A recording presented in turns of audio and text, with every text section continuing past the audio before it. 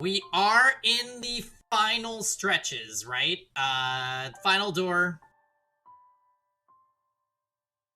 Getting the keys to save Morgana. We spent the last, I think 3 streams just going through Mel and Nelly. So now we still have to connect with the other 2 characters from the first 2 doors. I don't know if their segments are going to be as long. They might be, they might not be. We'll just play and see what's going on. Contrary to what Rosenlock says, there is no rush. So, we will be getting into it.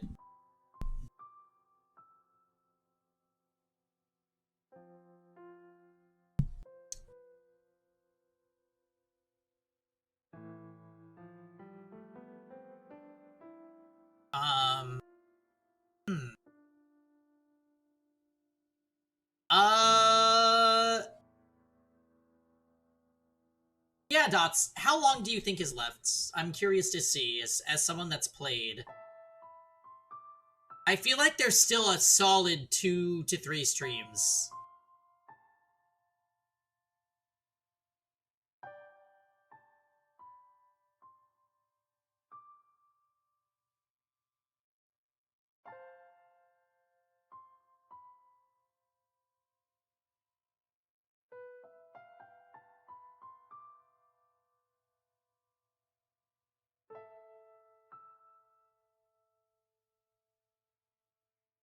We're around 40% through the door. Damn. Okay, so we're not beating the game anytime soon. Alright. Good to know. Let's do this!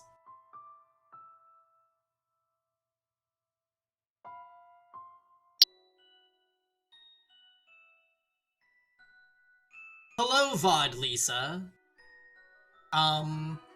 It is time. It is time for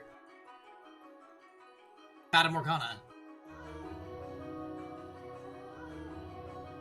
As Mel had said it would be, the mansion was packed compared to yesterday, and most everyone I saw appeared to be excited for the upcoming Harvest Festival. A number of them even greeted me as we passed in the halls. They were so nonchalant about it, I wasn't quite sure how to react. I was amazed that anyone, let alone multiple people, would treat me so normally, considering how far from normal I looked. There were a few surprised looks, of course, but no one called me a demon or an angel based solely on my appearance. Perhaps they were just used to seeing people of all different colors around the city, so they had an easier time accepting the way I looked. No matter what the reason, though, it was quite nice being treated normal.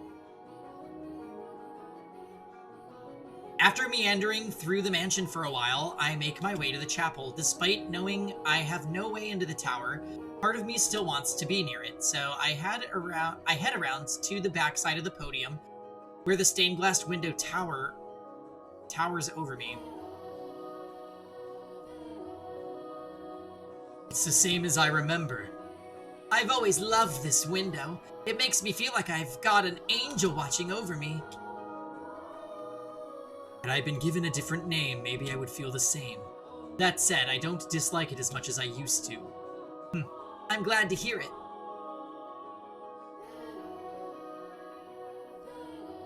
Off to the side at the very back of the room is the door leading to the observation tower. It's chained shut, though that's no surprise. The lock is the same one I saw back in the mansion, but the chains are just regular chains. They're not glowing with that awful black light. They're simply dull and gray. If only I had an axe, then we could just chop the door right down. I don't think an axe would help.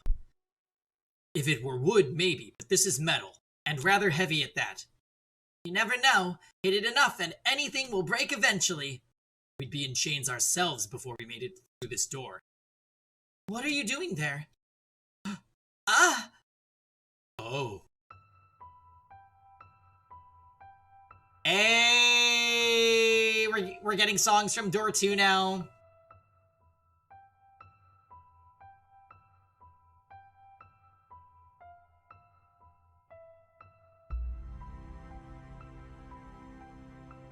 It's him!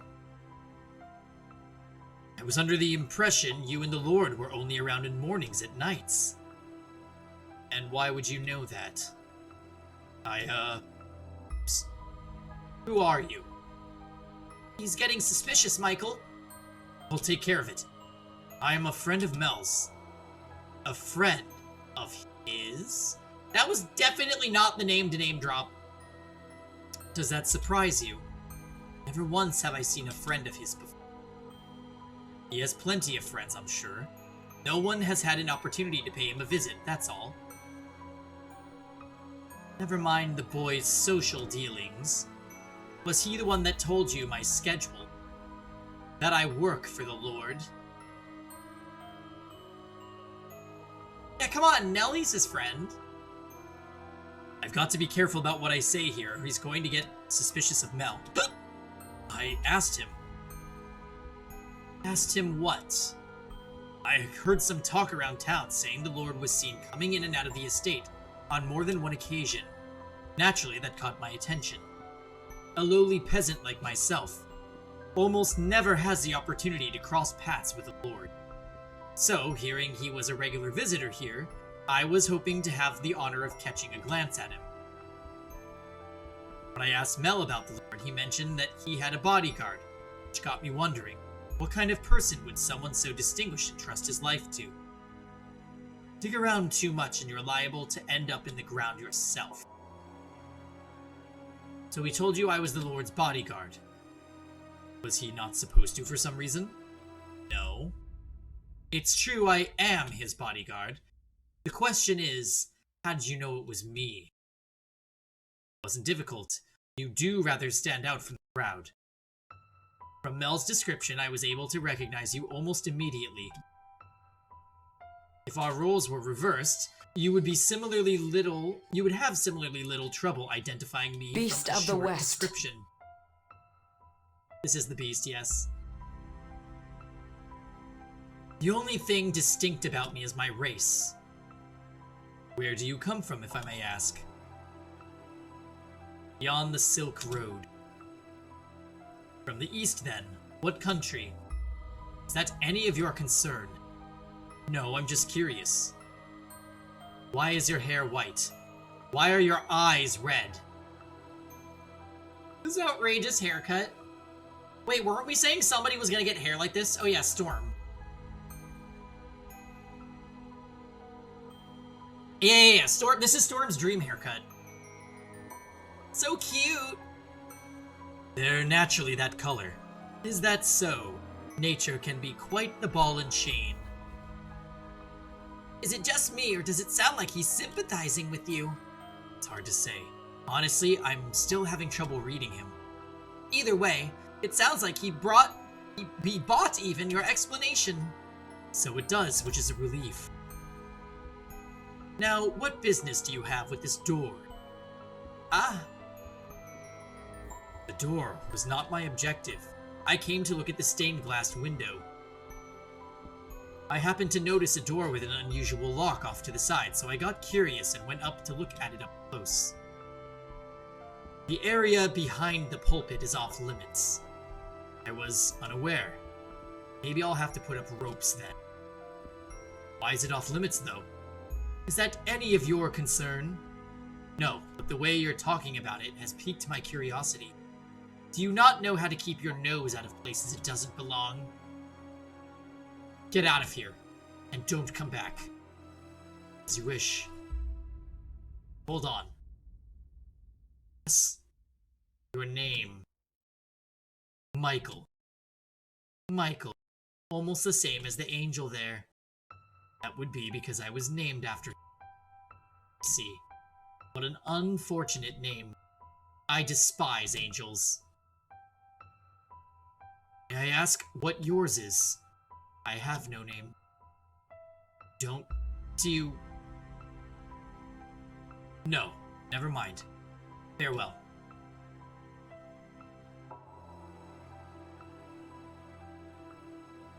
Oh, wow, that was scary. He does not want anyone getting near that door, huh? I thought he was gonna pull his sword on you. I wonder, would I die if he tried to kill me? There aren't many people who could get away from a blade like that, especially in his hands, unharmed. Probably right. Having already died once, the idea of doing so again feels wrong somehow. You managed to talk him down, though. I'm surprised. You're quite the accomplished liar, Michael. Is that so? It's hard to believe that was the same awkward, stuttering Michael I know and love. Am I really that much of a bumbling fool normally? I wonder what he was doing back there, though. It's well past dawn. Standing watch, presumably. With as many people as are roaming about, he's probably worried about people like me getting near the door. I doubt he plans on spending much time anywhere else until the festival's over. But with him on guard, we've got pretty much no access to the door. I sure hope we can talk him over to our side. Bell was never an enthusiastic accomplice. His guilt is what allowed us to win him over and get him to confess everything. On the other hand, he's not likely to be so forthcoming. It all depends on how deep his ties to the nun are. Presumably, she's the reason he's involved. That said, we managed to communicate well enough. Are you still sore that I called you awkward? No, I don't mean me. I mean him. What? He was far from rational or coherent when he was living with you in the mansion. You're right. He does seem like a completely different person here. Losing his memory in the shipwreck was probably what triggered his transformation into the beast. So I guess this must be like what he was like before that. What he carries inside him is no different than how it was then. He's simply able to hold himself in equilibrium now. He's keeping a balance between his rational human side and his violent beast side. He does somewhat remind me of Bestia during his short period of calm. That, or the glimpse we got of him on the ship while he was still a merchant. I would say he's probably closer to the man here now. Huh? The ship? You were the one who showed me the memory. What? I have no recollection of that. Oh yeah, you also mentioned seeing another woman's memories behind the second door, didn't you? From outside the mansion.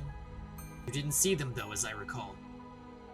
All I am aware of is what took place within the mansion, as well as whatever Morgana felt like telling me. Fascination. What? Nothing. Morgana mentioned something about me resonating. I don't know why I would be capable of such a thing, but because of it, it allowed me to see it's all but impossible for me to ignore the plight of these people. Anyway, the point is, however rational he may appear, we mustn't forget that that is not the whole picture. He is as much a killer in this life as he was in the next. He's a man of many faces, the gentleman he was around, his lover, the brutal, merciless man he was on the ship, and the beast that lurks beneath it all. Everything acts differently depending on who they're around. But there's something unsettling about how he does it. I do wonder what he meant when he said he had no name. As I recall, he was from somewhere far, far away in the second door, and he looks Asian here too, so maybe he's from the same country. He said he crossed the Silk Road, so the eastern end of the continent, presumably. I wonder if he has the same name or not. It was an unusual name. I actually don't remember his name from Door 2.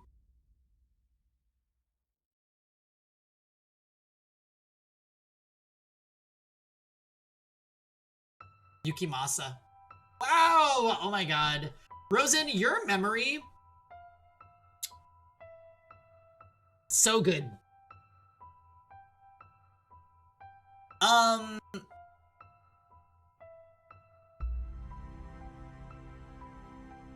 I think I'm realizing how much I liked this song when it played in Door 2. You learned all of your students' names on the second day of school. What a boss. Good job.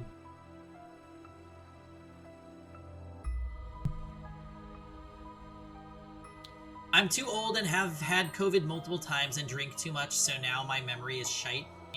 Capit's Mars. Let's drink tonight. Let's just have a little drinky drink tonight, Mars. What do you say?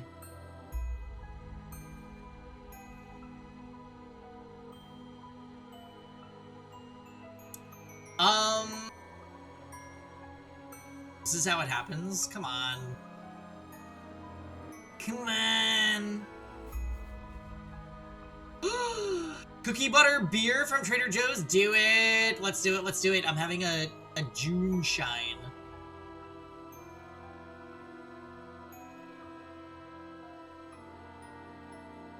Yes, Phil. Phil, when are you gonna come to SoCal? I have 1 million things to show you. Actually, this is kind of on the down low, but there is talk of a potential PingyCon 2 happening in February. It might just be Jam, but if more people want to show.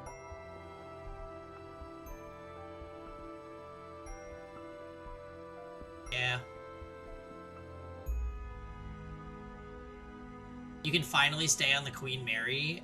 Well, I'm gonna stay with you if you do it, because I want to see. Do it, Phil!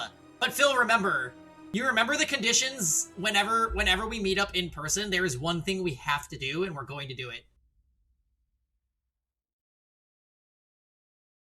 Yes!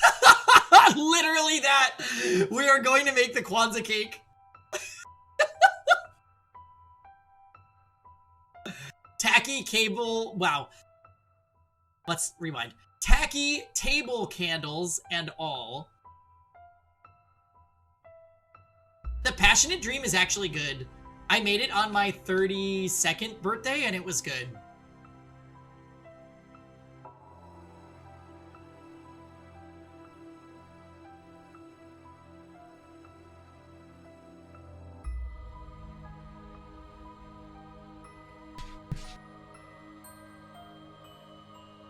It was an unusual name. Oh, what was it? Ukulele. No, that wasn't it. It was eucalyptus, I believe. I get the feeling we're both wrong. And that I'm farther off than her. It's not the kind of name we're used to hearing or saying. Hopefully we'll be able to get it out of him. Hopefully. But for the time being, we should go looking for the nun. I imagine she doesn't have her hands quite as full by now. Probably not. To the courtyard we go then. Wow, the crowd just keeps on growing. Are they all helping with the decoration? It seems so. Preparation for the festival is in full force. Oh, I found the nun. She's over there. She's got a bunch of people around her, though. What should we do? Force my way through. How about plan B this time? Michael! Huh? Ugh! Are you alright, Michael? You went down pretty hard.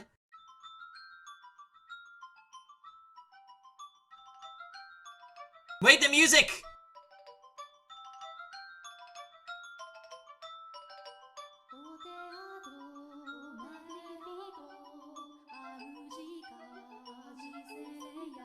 Oh, you're... Wait, what was her voice? Oh, you're such a weakling, dearest Michael! I don't weigh that much. Not enough to knock you over jumping on your back. She has scissors? You gave me no time to brace myself. Pish posh, my Mel would have had no problem catching me. And then he would have spun me around like a princess at a ball. Unreasonable doesn't even begin to describe your expectations. Are you sure you should be running around like that? Thought you were in rather poor health.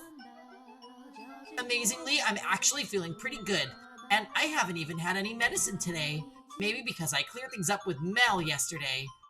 I cried my eyes out last night, but I feel better now. Glad to hear it. They do say health is as much mental as it is physical. So you might keep getting better if you stay positive. Just don't push yourself. Huh? Why, thank you for your concern, my dearest Michael. She's taken quite a liking to you. How do you like that? It's nice, isn't it? I'm more not sure how to react. Oh, just go along with it. You know you want to. I wish I could be there too. I want to pat that sweet little head of hers. Think she is a cat? Now that she's opened up, though, I will admit she is rather sweet. Oh, there you are, Nelly. Don't run off like that, you scared me. It's not my fault you lost sight of me, dearest Mel. Huh, I will try to keep a better eye on you. So you came to check the courtyard, Michael. You know, you really stand out from the crowd. You're so pale, I could always tell it was you from far off in the distance. I'm well aware of how conspicuous I am, but everyone's acting so unconcerned, it's honestly kind of disconcerting. I can't say people don't think you look unusual, but no one's afraid of you or anything. It's not easy looking different from everyone else, is it? It comes with disadvantages, yes. And she would have had to deal with the same thing. That's another thing I regret. I wish I could have treated her more like a regular person.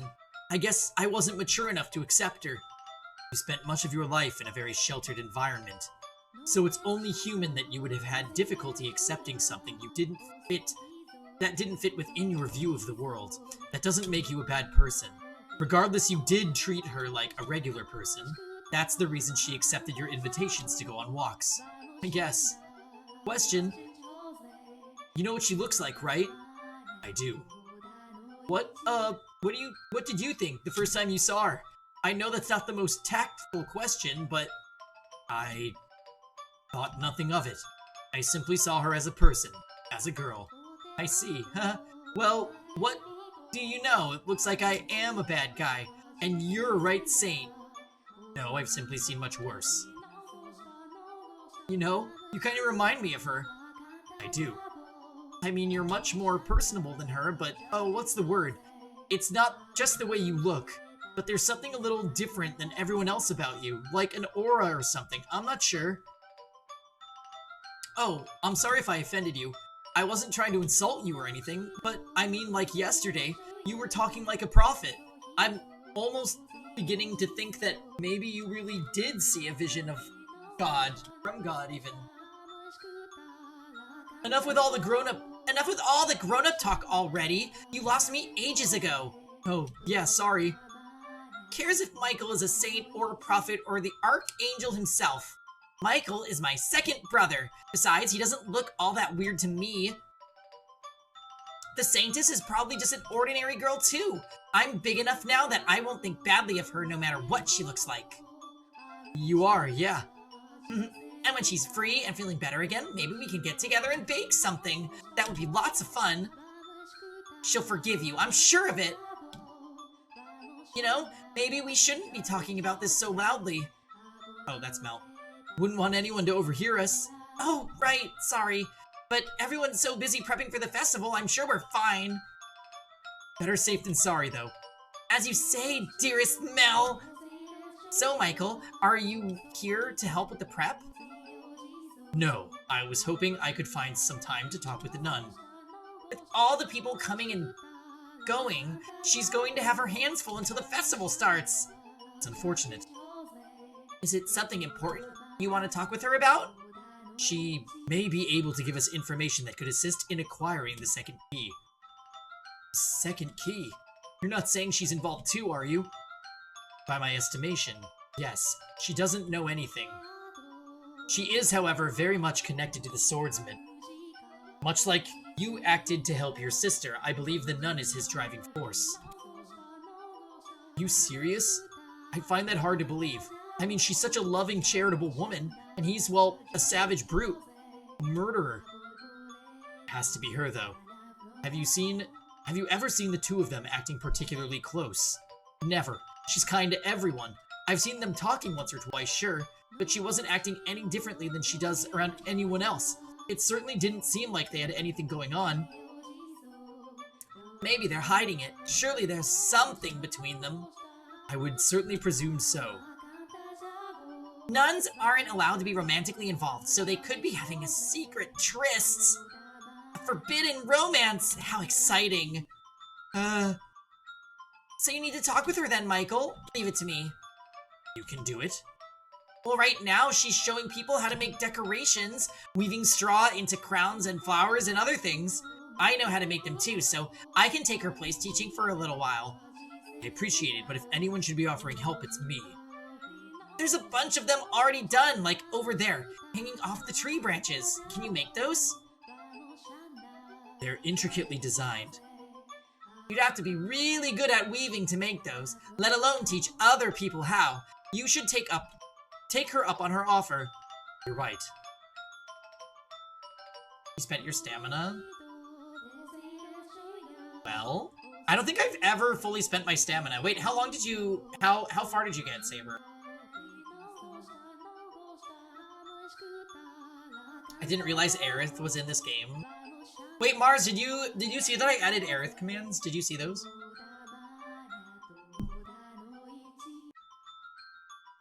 I'd keep my distance if I were you. Yeah, there's 4 of them, because I love Aerith and she needed all the commands. I've been dying to see you. I've been dying to see you. Which is ironic. Yes?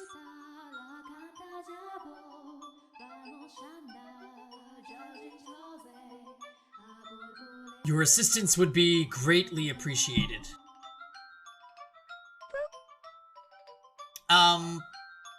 Also, Saber, if we've already gone through our stamina in Sword of Convalaria, maybe it's time to boot up Fire Emblem to practice your tactics.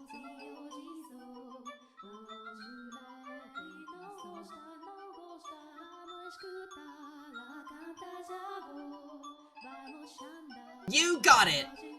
I'll let her know you want to talk, so just hold tight. You don't like permadeath? It's okay. There's the new Fire Emblem games, you can rewind time if your characters die, so it's less stressful. I don't know if you saw the map we just did it in Path of Radiance, but like, I lost 4 characters forever. And that's the T.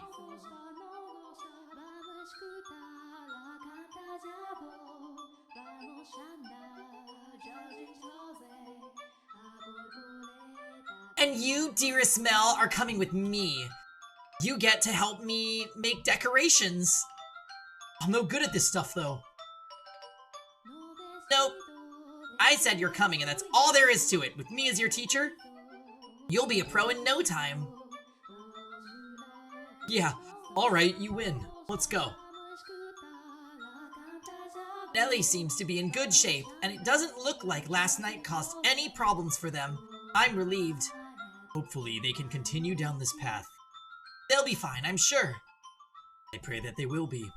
Now, we should have a little time before the nun is available to talk, so I would really like to find some shade. Is it pretty bright out today? I thought you could see through my eyes.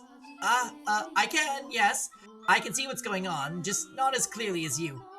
Not enough to tell how strong the sun is, for example. I see. Are you alright? Fine. I say, but the backs of my eyes are starting to hurt. 2 days now, with hardly a cloud in sight.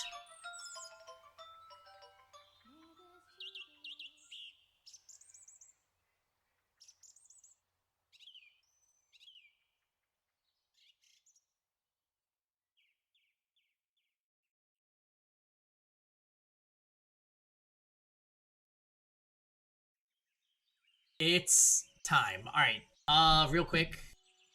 I'm gonna run to the kitchen. I will be right back.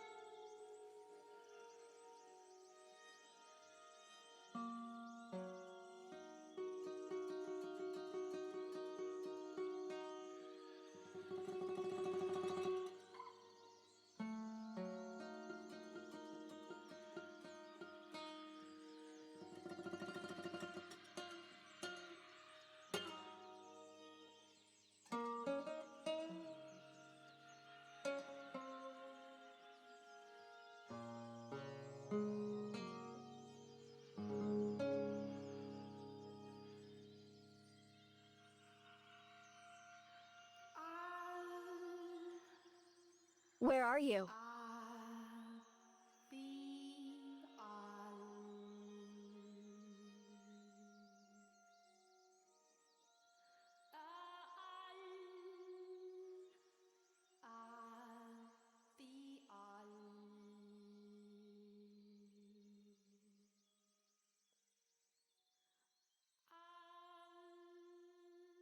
Oh, hello! I'm back. Alright, let's talk to the nun. Also, I find that the nun doesn't really look like Paula. No?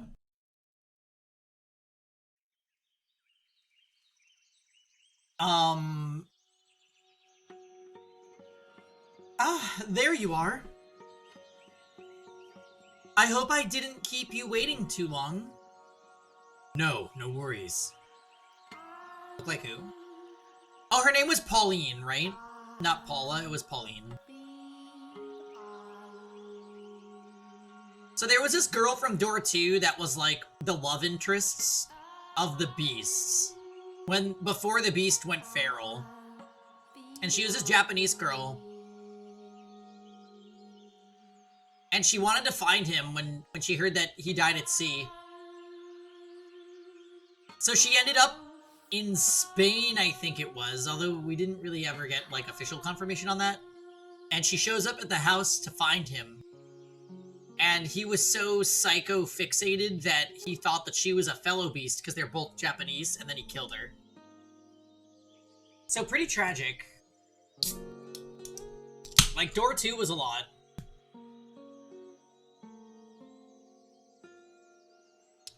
Spain is very Catholic and would have nuns. True, but she's a Japanese woman. Which also has a fair bit of, there's a decent chunk of the population in Japan that is Catholic.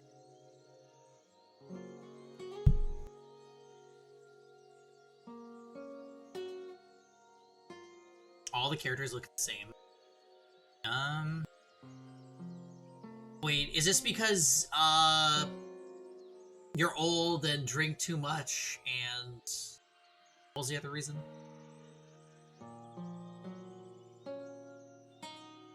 Yeah.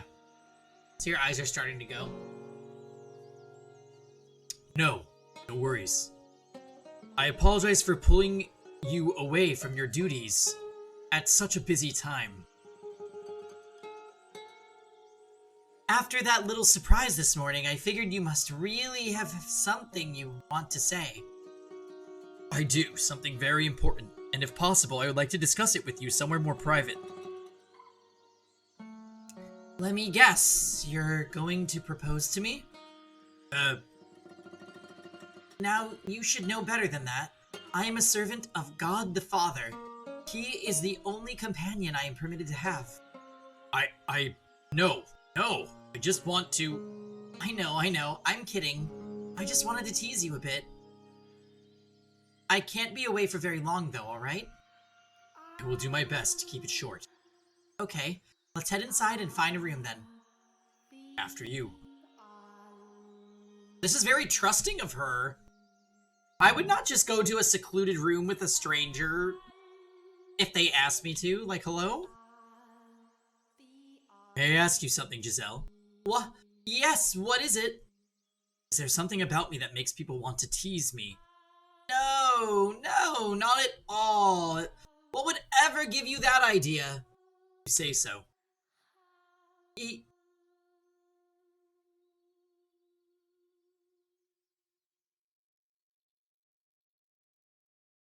Alright, you have my undivided attention.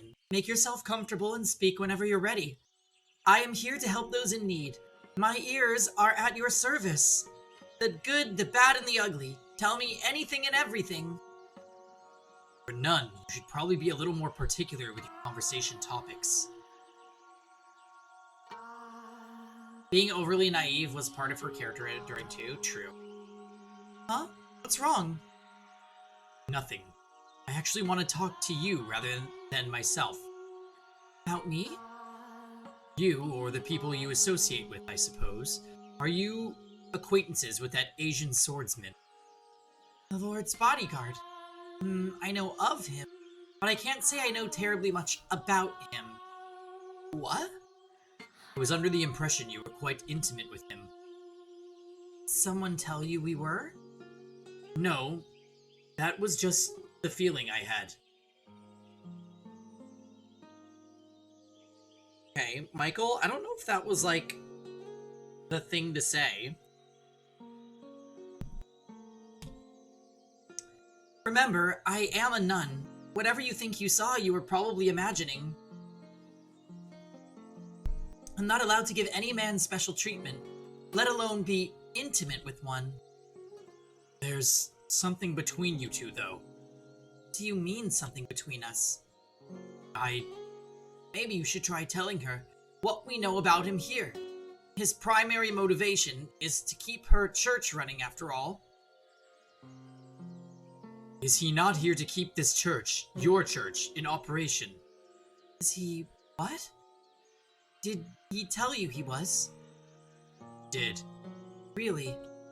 It's a little... no, that's quite surprising. I hardly ever see him talking to anyone. Are you friends with him? Perhaps acquaintances would be a better word. Ah, well, he seems to be a nice fellow, a nice enough fellow. Are you really not close with him at all? Nope. So, if he told you he was trying to protect the church, it would have to be out of a sense of gratitude, nothing more. Gratitude for? A while back, he was in pretty bad place in life, and I gave him food. This was when I wasn't all the way out here, but at a church in the city. There were other nuns there too, as I recall. Right. We also served as an orphanage, so it was us and a ton of children. I've since fallen out of touch with them, though. But as servants of God, it is our responsibility to offer assistance to those in need, which is exactly what I did for him. No special treatment, I just did the right thing.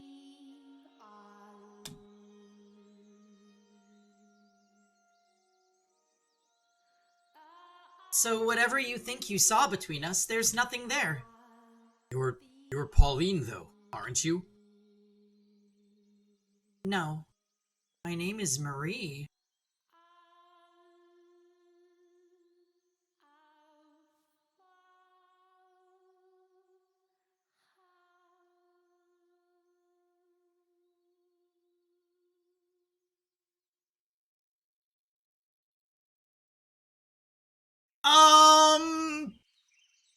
Hey!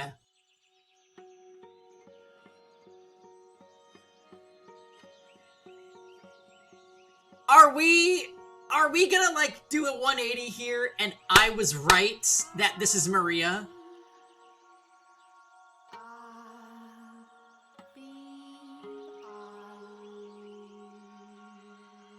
Maria was doing that thing with her hand, too. I'm just saying. I am just saying.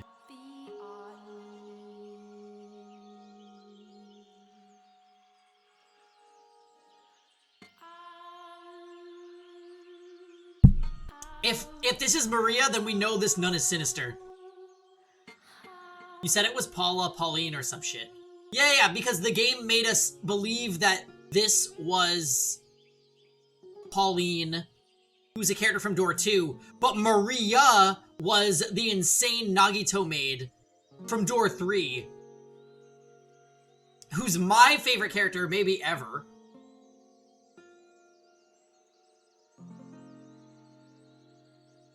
Okay.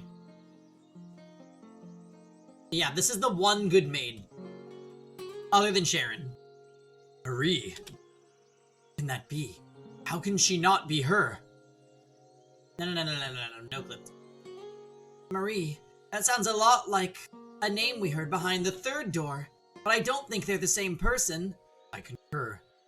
There's no guarantee everyone's name has to be the same. Mel's and Nellie's were, which just made us think they all would be. That's true. And on the subject of assumptions, it's possible her connection to the swordsman is also a flawed one. Because again, all we have to go on is Mel and Nellie. Although in Morgana's story, I'm pretty sure he said something along the lines of doing what he did to keep her church running. Was he not referring to this woman?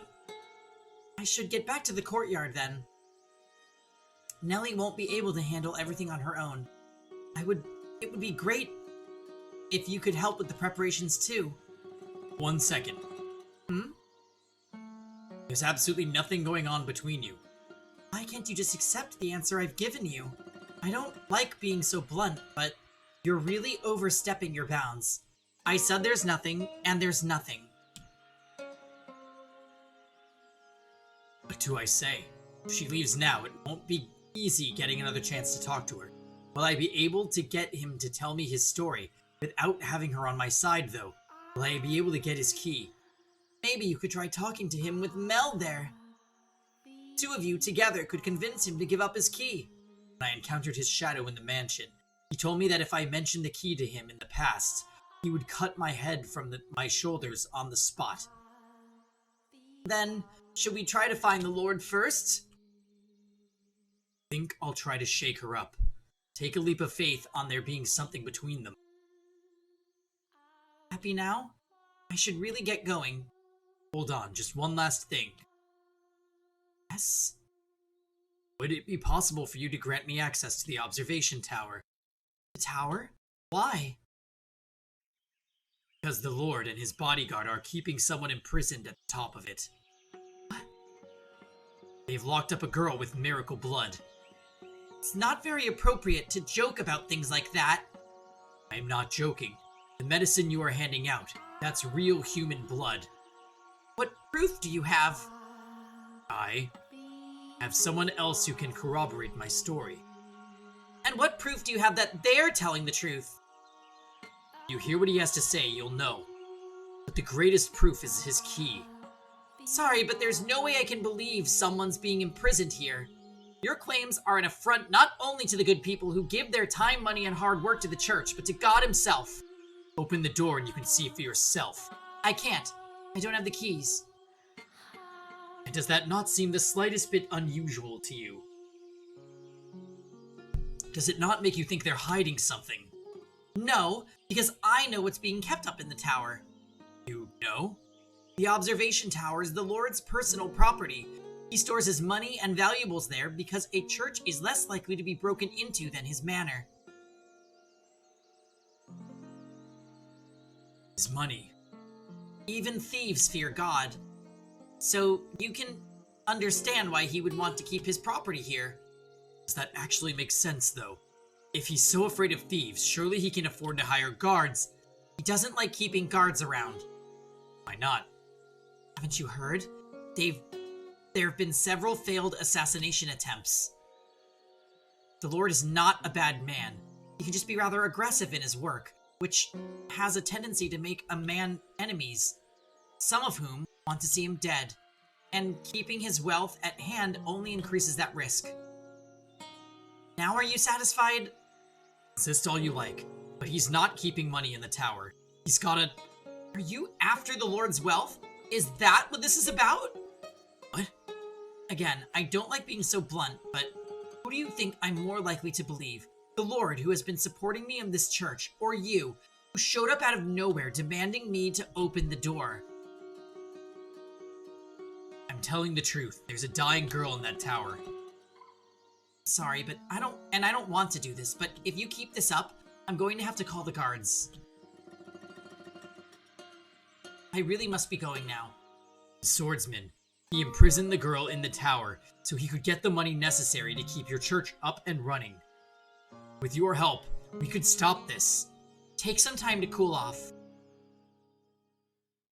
Would it have killed her to be a little more open-minded? I really hope she considers the possibility we're telling the truth, even just a little bit. Is she so defensive because she trusts the Lord that much? Or is her trust in the swordsman? Or maybe simply because she doesn't trust me?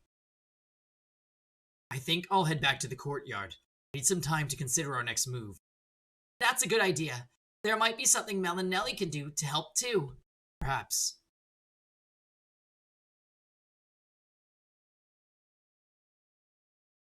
With the nun denying any involvement with the swordsman, and him being so inscrutable, I find myself at a complete loss as to how to go about crossing the wall, standing in the way of getting to the truth of him. My mind brings me back to the events of the second door, the most savage of the three tragedies. The things he did then were undeniably inhuman, which makes me wonder if his perspective on these events would have any influence on Morgana's perception of him. If at all, a positive influence seems the less likely. Was he a man? Was he a beast? If nothing else, he wanted to be human in the beginning. What was it that he truly desired? If he hadn't been under Morgana's curse, would he have wanted to be the same killer he was?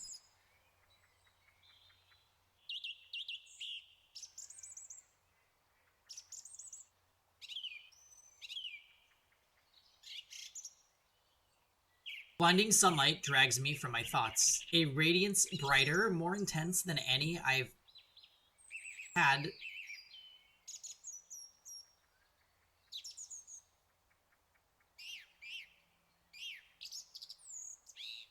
More intense than any I've been under today.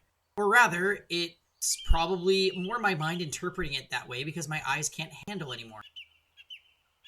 Urgh. In a matter of moments, all I can see is white. Michael, are you alright? I feel a sharp pain, like someone's yanking the back of my eyes. I'm fine. I just need some shade. Giselle's voice fades away. Somewhere I think I can hear her calling my name, but instead of a sound, all that reaches me is more pain. Then the world starts tilting towards me. Not the world. It's me who's falling.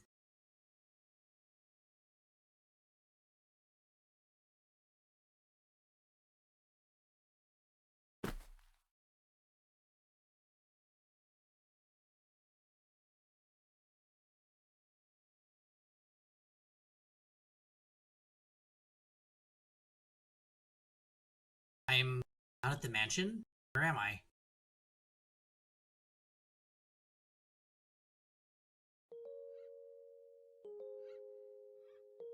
What?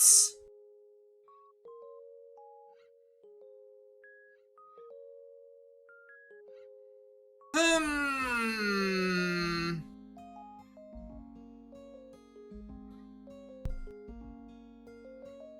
You're awake.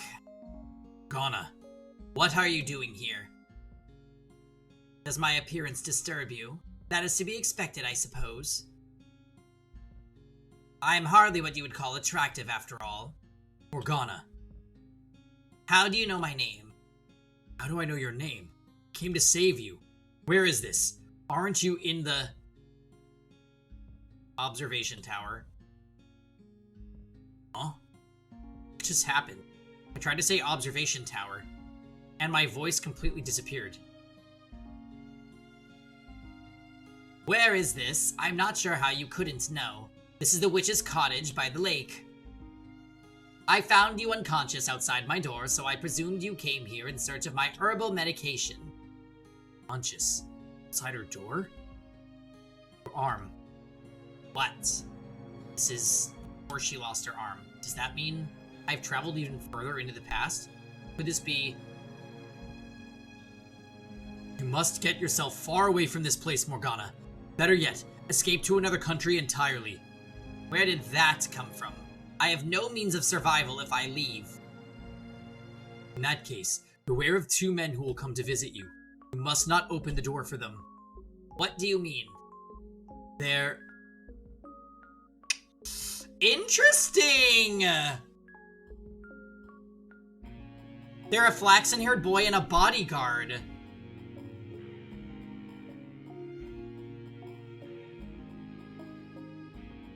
What is happening? This door is super interesting.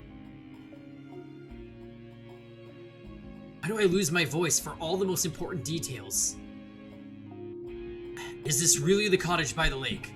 Take a look out the window and see for yourself. There's nothing there. Nothing outside the window. No, that's not exactly right. A reddish-black fog churns beyond the window. A pretty lake, is it not? Not that I have any place talking about beauty. Now I understand. This isn't the real world. It's your world then, Morgana. Or is it? A world within our dreams. May I ask who you are? Once spent much time at your side. This is all so very strange. It was always you who was talking to me, and now you don't even know my name. Shall we talk for a bit, Morgana? If you're going to try and convince me to leave, I won't have it. One of the name Trail's character has a title called Beauty's Blade. Good lord. Will I meet them in Cold Steel 3, Rosen? If you're going to try to convince me to leave, I won't have it, and please watch what you say. There's something very unsettling about your choice of words. As you wish. In that case, let's talk about ourselves. For so long, I fought to fend off the things you said.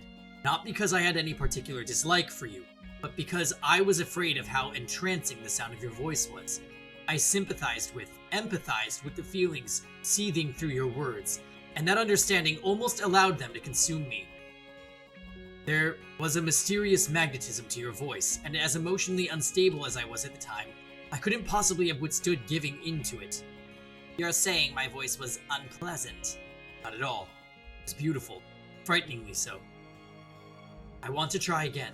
I want you to tell me about yourself, things you see and feel. I will not be telling you or anyone else about myself, because they would have to be inhuman to empathize with you. In that case, we can start with me instead. Honestly, I don't want to talk about myself either, because it makes me feel pitiful and worthless. It's a story I would rather pretend never happened. And it's not a story I can tell just anyone. But you can tell me. Indeed. I was born into the world female. What?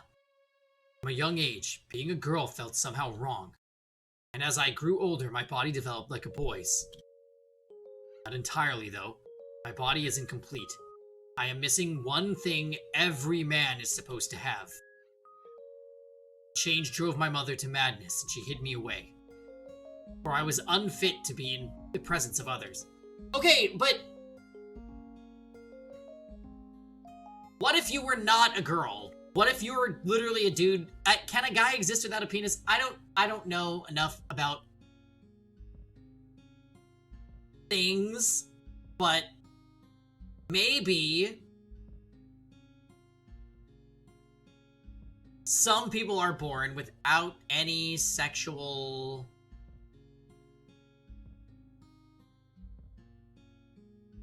Yeah. Go for it, Dots.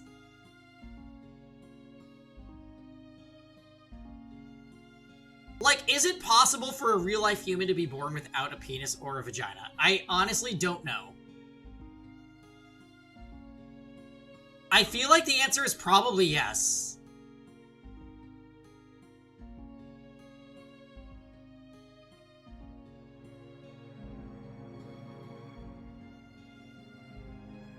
Right.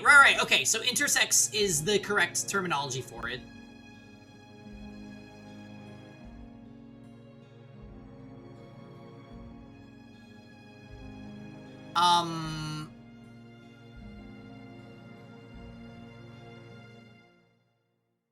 But he was said to be female because of the crazy mom.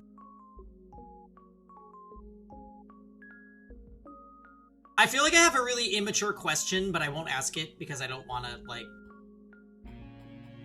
I don't want to go there.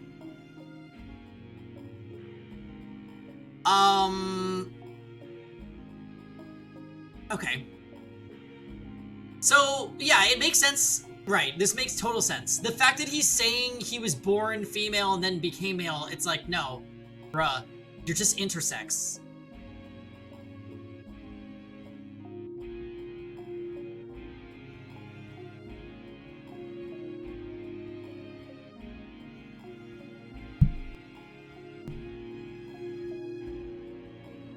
They just didn't have the medical knowledge necessary to know this. Right. Because, yeah, because of the time. Okay. Thank you for the clarification. That was when I was 14 years old, and that marked the end of any semblance of normalcy in my life. Morgana, you once told me that our fates were decided before birth. Both yours and mine alike. I spent my whole life rejecting that notion, insisting I was a normal person, fighting to prove I was indeed male. But now that it's all over, I think you were right. My fate was always set in stone. Perhaps if I had stopped trying to fight it, if I had shut up and accepted it, I should have lived a longer life. Could not have left Giselle behind. Do you regret your choice? No, I do not. No matter what could have been, I had to hold my ground. I had to keep shouting. Because if I hadn't, it would have rendered my very existence meaningless. No matter what misfortune the decision may have brought, I must not regret it. Everyone has some principles, some belief, some fundamental aspect of themselves they must always stand in unwavering support of. Or perhaps must not lose sight of, would be a better way to put it. For if we do, we lose sight of ourselves. For most people, these beliefs have probably been internalized so deeply, they aren't even aware they hold them. But what we carry inside us is unique. Difficult for other people to understand, to accept, forcing us to walk a path of solitude and persecution. I believe you genuinely do have miraculous powers. And who knows, maybe your blood is special too, but I think your real power lies in your voice, in its ability to enchant anyone who hears it. But it was something you were born with, not something you asked for. Was it not? I am a saint, and the daughter of God. That is a lot I was given, and that is the path I must walk. If I stray from the path, or stop walking, I will no longer be myself. It would make me worthless. Mustn't lament the solitude we've dealt with. Maybe not, but I think that if either of us had someone, even one person who accepted us, it would have caused us to see the world in a much different light. I know you had people like that, who treated you like a regular girl. They're gone now. Have you never leaned on their memory? It comes back to me from time to time, but even then, they were different than me. They were so full of kindness, so very human.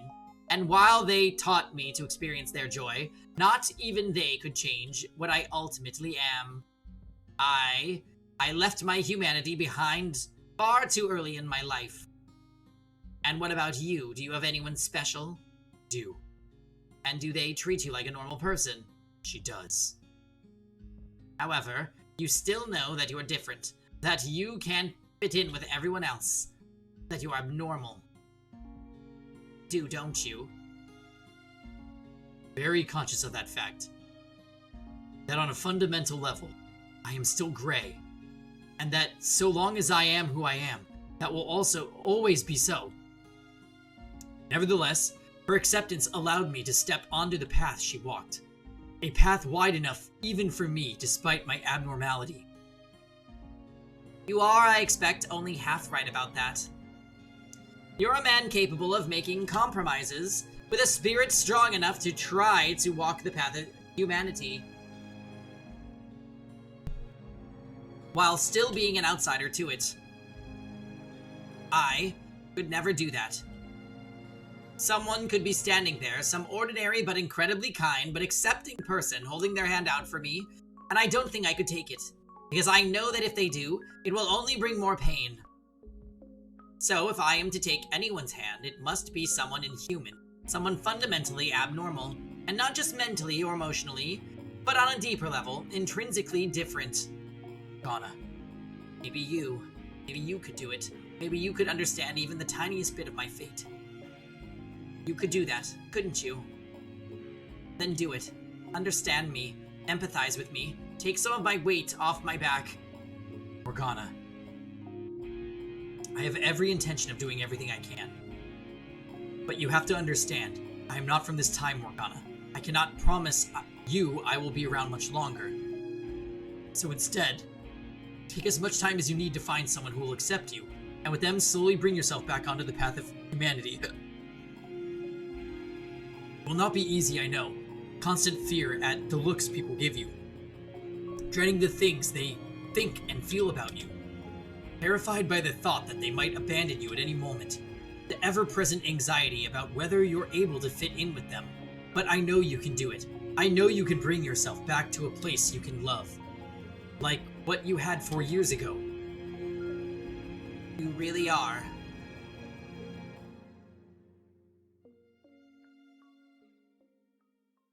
Michael, you may think talking to my past self can change something, but you are sorely mistaken. Nothing of the girl you see there remains. Poke and prod at the past all you like. It won't change anything, my dear. It's all too far gone to have any effects.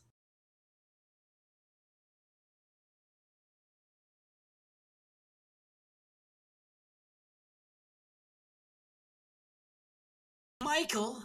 Michael, are you there? Are you alright? Get up, Michael, please! Oh, thank goodness you're awake. I pass out.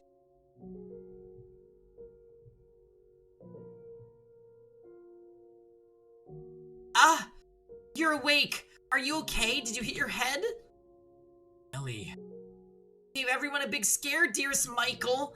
All of a sudden, you were just on the ground. Were you feeling unwell? No. I just have a natural sensitivity to light. I apologize for any concern I have caused you. Sorry for worrying you too, Giselle, and for that rather shameful display. No need to apologize. Like you said, you're sensitive to sunlight. I'm just glad you're alright, Michael. So, what's interesting about this is it's nighttime, so that means they lost an entire day.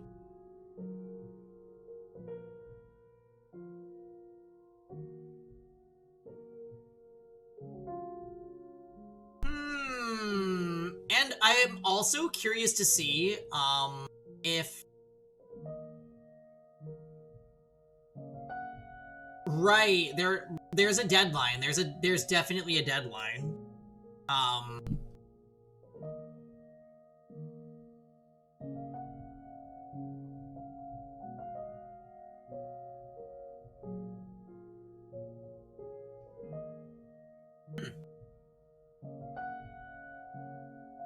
If anything, I should be the one apologizing for putting so much pressure on you. I had no idea it was so bright out. As long as you're not sick or anything, so you're feeling better now? My head still hurts, but yes, I'm fine. What time is it?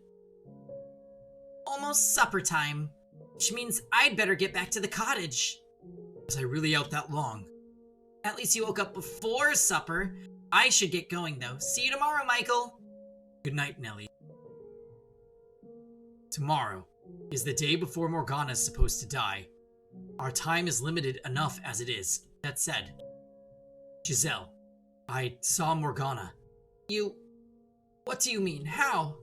I don't know if it was a world where a world of her creation, or simply a dream. But in it I spoke with Morgana when she was still alive. What was she like? Not like the Morgana we know of. Not someone who seems... It's just like a dream. Fed off hatred. So she was she was a saint in life, like Mel described her. Though I got the impression being a saint was more like a chain around her ankle. The only way she was able to derive meaning of her life. Not to mention the utter sense of solitude, brought about by the knowledge that no one like her would ever come into her life. Do you think she wanted to break free of the chains then? Even if she were able to, she would never be able to return to anything resembling normal. Much like I will never have a normal body. Although, Oh, you're awake. That's good. But you came to check up on me. Don't act so surprised. I'm plenty capable of showing concern for others. That said, no, it's actually not why I'm here. When E7 finally dies, we will have all the voice commands we need to say anything.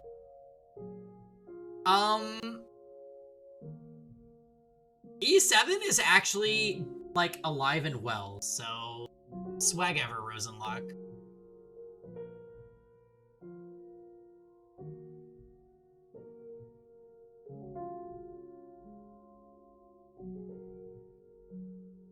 What lies at the bottom of the sea?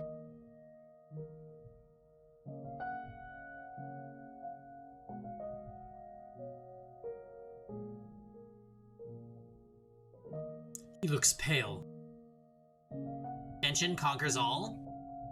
Yeah, I'm having another Genshin era, because I got Emily. And Mars is playing again, which means I'm playing again. Because we fucking talk all the time, and he talks about it, and then I want to play. It's like this stupid...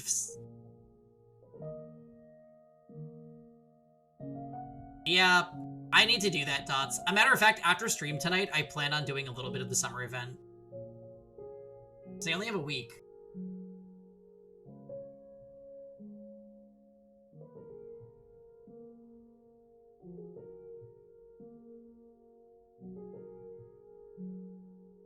Yeah. Who are the characters in this year? I know you're not feeling well, but if you're up to it, would you mind joining me for supper?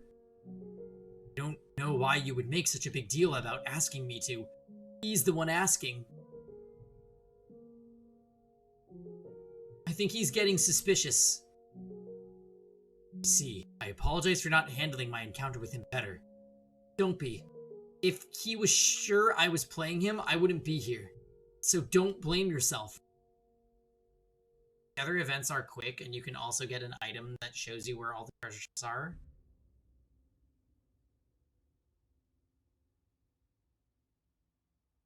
That sounds like a good use of time, Dots. Oh, yeah, I'll probably half pay attention to the dialogue, to be honest. That's usually what I do with Genshin.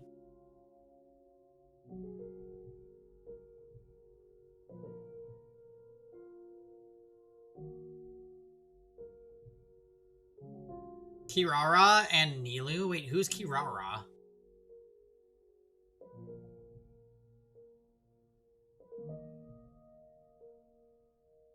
Echo Bus? Oh, right, Cat Kaching. Yeah. Okay. I was using her the other day. She was, like, weirdly fun. Is she Dendro? I don't know. I'm glad that we solved the mystery of who I fought for that fucking horse, though, because I was seriously confused.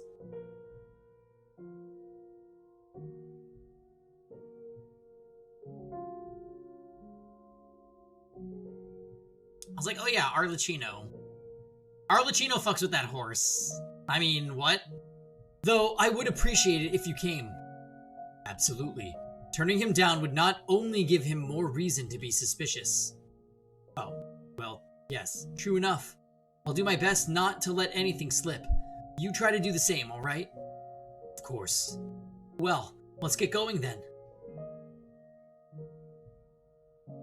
Could the nun have told him what I said to her? Whatever this is about, we don't want to keep him waiting. Be on your guard. I will.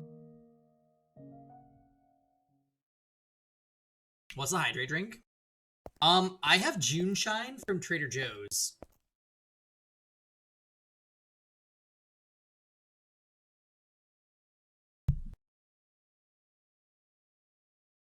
What's that? It's just like a seltzery drink. A little bit of alcohol, but not a lot. So we're chilling. We're chilling to the point where I can still coherently read most of these sentences. Yeah, I knew that was coming. What is Trader Joe's? Don't do this, Chief. Wait, 3, 4 from Saber?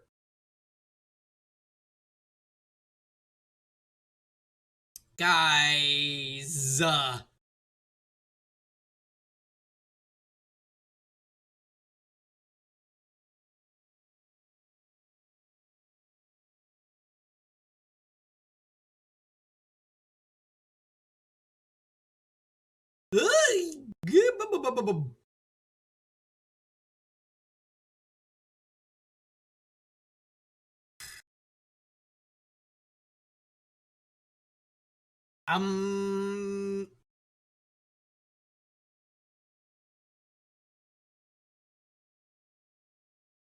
I'll be right back. Ew, ranch.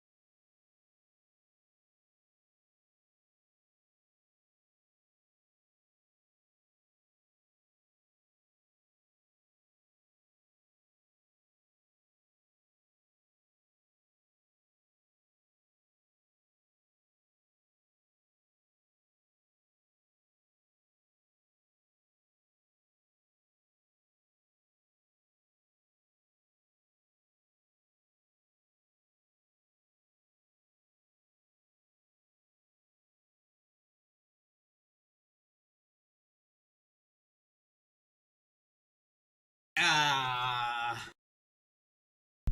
Okay, friends. I owe like 4-ish hydrates still, so let's just...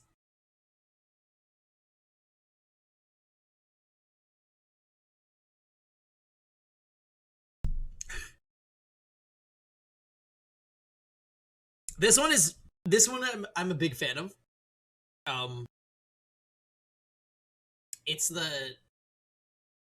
It's a mule. Very good.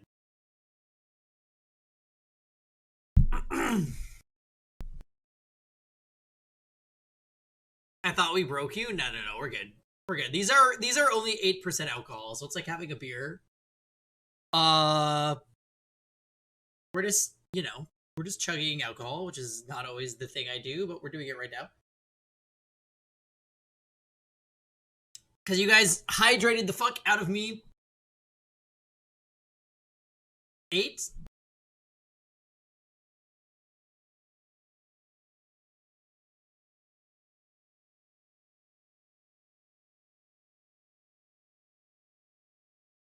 Eight. 8. All right, back to the VN.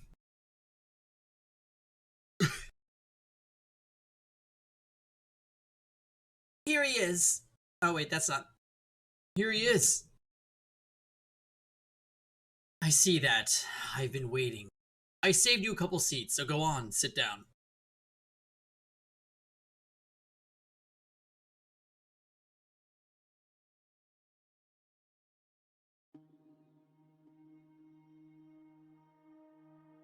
This is unbearable. What's the matter, Mel? You've hardly touched your food. Lost your appetite? I've never been a very big eater. No? Then why don't you give the rest to your friend there?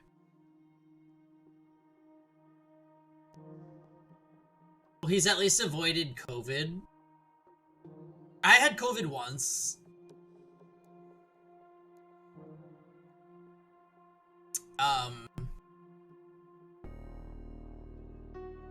Yeah, I had COVID that one time after PengyCon 2022.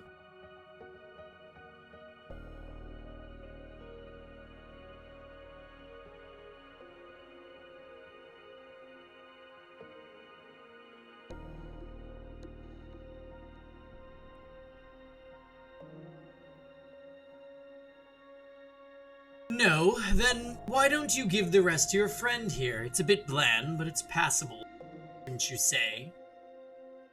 This pressure is nothing if not overwhelming. How does he expect anyone to eat with the air so tense? And Mel refuses to even look at him, considering he's the reason Mel's involved in this all. I can understand not wanting to make eye contact, or even being in the same room. Are you not going to eat either? Don't worry, there's no poison in it. Thought never even crossed my mind. Why would you think I would be concerned about my meal being poisoned? It was only a joke. I don't see the Lord anywhere. He's gone back to the manor. I thought you were his bodyguard. He's a lord. He has more than one guard. Why? Why did you invite us to supper? Is there any reason I shouldn't have? There are plenty. Such as... I imagine anyone would feel a bit overwhelmed dining with the Lord's personal bodyguard. Like that. In fact, I'm surprised you two knew each other at all. Let alone were on good enough terms to share supper together. You shouldn't have told this man You haven't told this man anything, have you, Mel? Nothing. All I told him was that you were the Lord's bodyguard. I see. You want to know what kind of terms we're on? What? We're accomplices. Such a shame this is how your reunion had to turn out. You finally get to see him again, only to learn he's a criminal. Wait, what are you... What crimes might be you referring to? Take a guess. What sort of atrocities do you think we're committing? What is he doing? Why would he tell you that? He wants to gauge my reaction, I assume. I have to choose my words carefully. I can't say too much, but I won't get anywhere saying nothing either. How should I handle this? Okay. I honestly thought this was gonna be like a choice that could end in a bad thing. Okay. I have no idea. All I'm asking you to do is guess. Just say the first thing that comes to mind. You're putting me on the spot, telling me my friend is a criminal, and asking me to guess his crime. Do you honestly think you would get any sort of answer out of me? Make a fair point. Then allow me to change the question. If you found out a friend of yours was a criminal, would you be able to be their friend? That question make you uncomfortable too? Consider it a sort of sideshow to liven up our meal. Don't take it too seriously. It would depend on if they feel guilty about what they've done, and if they have any intention of making penance for their crimes. And Mel, well, he's someone who would be ashamed of any wrongdoing he might or might not have participated in. I see. What about you? If you had done something you knew to be wrong, would you be ashamed? Would you make penance? Maybe. Maybe not. You have one hell of a friend here, Mel. Michael. That was your name, wasn't it? Do you have any other friends? Don't have any. Many? No. Any in this land? No. Why do you ask? I don't have any friends either. Or maybe I never had any at all. Maybe he wants to be your friend, Michael! Somehow I doubt that. Yeah, I guess not. Family. I left home some time ago. Are they too far to visit regularly? Why do you want to know? I'm in a similar situation myself. He wants to be beasties! That's not. I thought it might be nice to find some common ground. I find it difficult to take him at his word.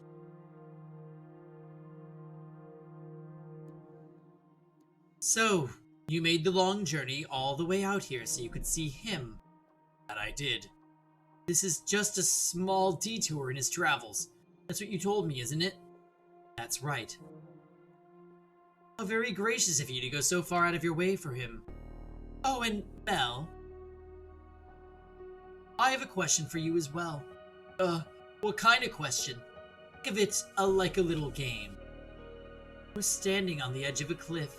On your left is your sister. On your right, him. They're about to fall. You can only save one. Whose hand do you grab? Who the fuck? Alright, you know what? I'm gonna do this next time I'm out with friends. I'm gonna ask this question. And then I will be a proven sociopath, and that will be the final thing. Yeah, about 51% drunk, yeah. You guys just made me hydrate a lot, okay? Chief and Saber. Alright, you guys are on my list. What was the question? Okay, so the question is fucking awkward. It's like, hey, you're on a cliff and your sibling and your friend are there and they're gonna die. Who do you save? Like, you just casually bring that up. And while I do it, I'll be all...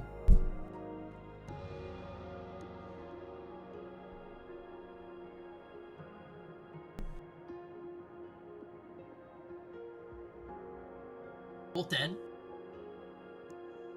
That's cunty. Hi, Matt. No, you have 2 arms, right? You can save both. Boom. I'm recording the answers in a notebook. Yes, I'm gonna do that.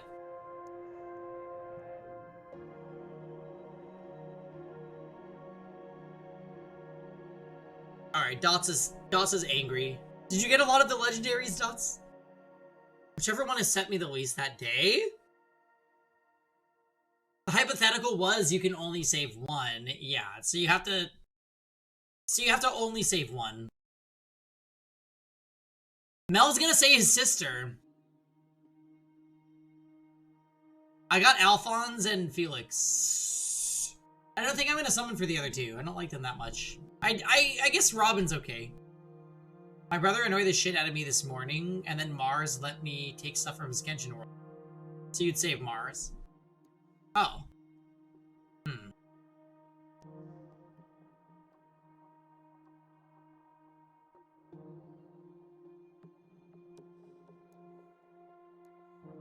Oh, I saw that you guys were bonding in the Genshin channel. That's like so wholesome and great.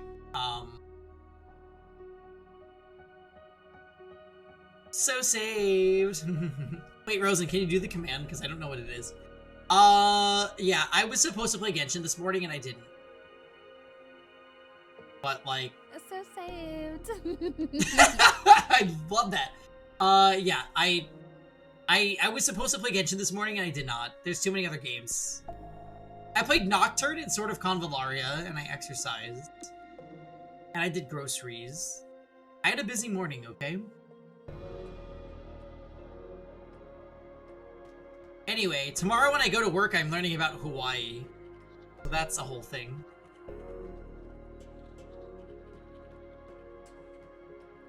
Arlecchino and Alhaitham stories done.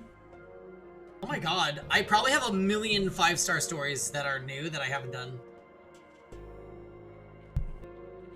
Also, spoilers, Alhaitham's story is just about how gay he is with Kaveh. And you know what? That's okay. I think I did Alhaitham's story, to be honest. And the whole thing is just like, he's fighting with his boyfriend that he loves and lives with.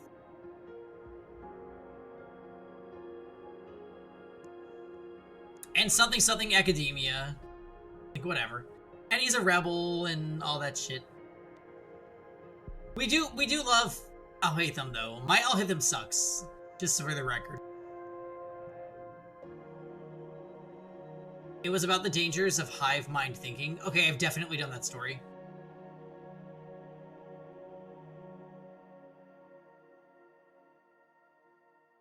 Yeah. Kaveh is definitely the bottom. Yeah, I've done that story for sure. Wait, have you done Nouvelette's story, Mars? That one actually was super good and kind of depressing. It was so good, though. Pay attention to it when you do it. Nouvelette's story was so good.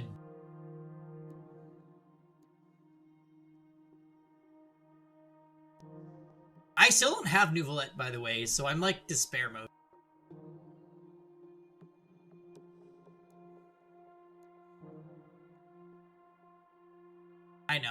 I know he's good. I wish I could just... Can we go back to last year when I streamed 24/7? Because I would stream some Genshin shit if I was...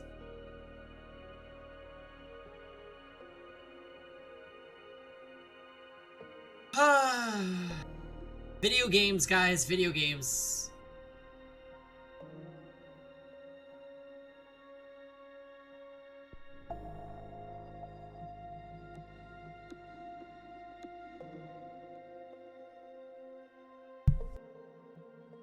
Are there any hydrates? If there's hydrates, do them now, because I'm going to start talking again in the video game soon.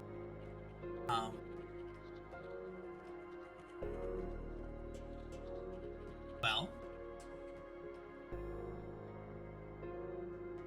You're out of points? Yeah, because you spammed.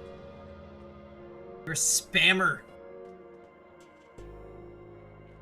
By the way, guys, Saberlin has a C6 girl that looks like Raiden Shogun in HSR.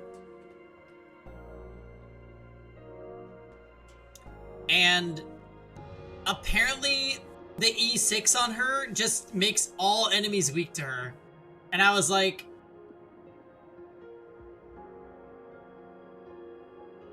Okay.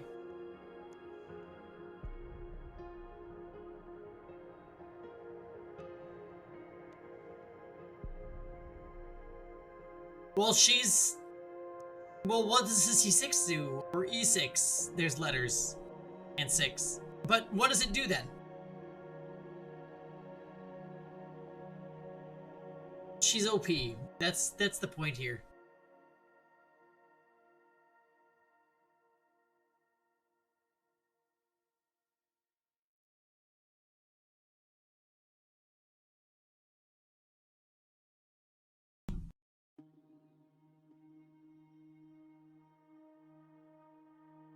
Surely this isn't the first time you've heard the scenario proposed. It's not real. It's just hypothetical. Firefly, Xenogears Chan, also makes enemies weaker at element. Mars...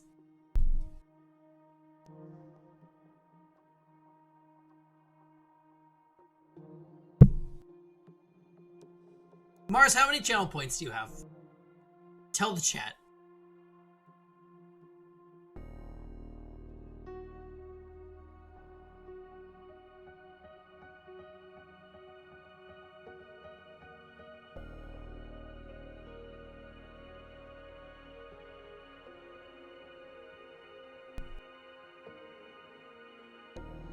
Don't take it so seriously.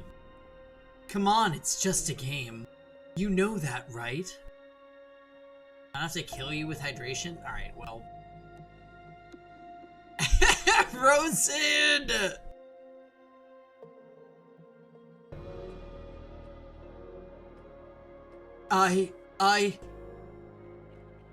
You don't need to answer. 500k? Oh my.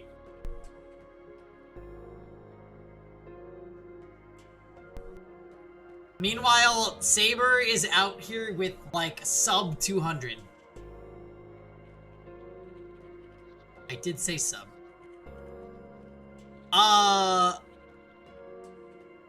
That's just the way it goes.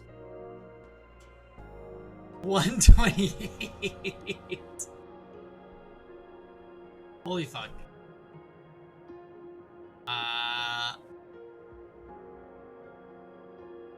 Well, that's because you spend them immediately on hydrates. Okay? There's Fire Emblem streams. Gay Rainbow Turtle. Wait, has Gay Rainbow Turtle ever spoken to us? He just hydrated me.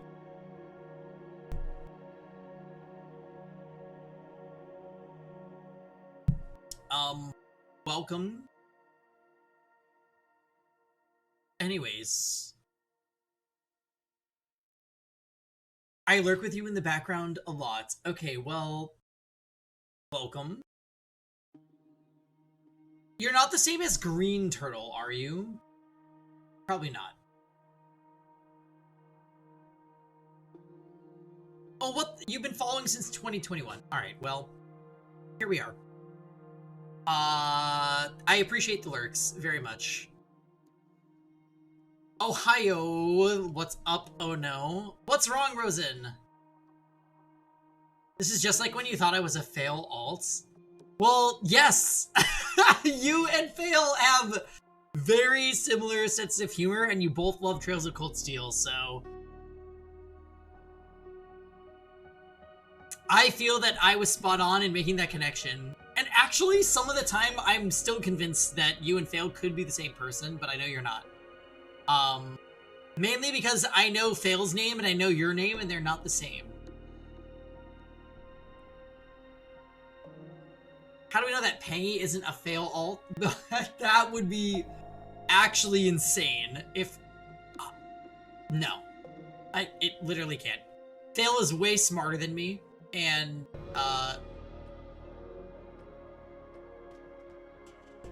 yeah, that's the main reason why he can't be me. He's smarter than me.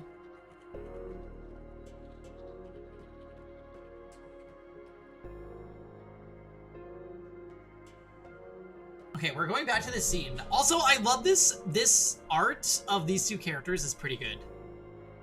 Why does he have a bandage on his wrists? As he said, I am only here to see him. When I heard that there was going to be a festival, I requested permission to remain until then.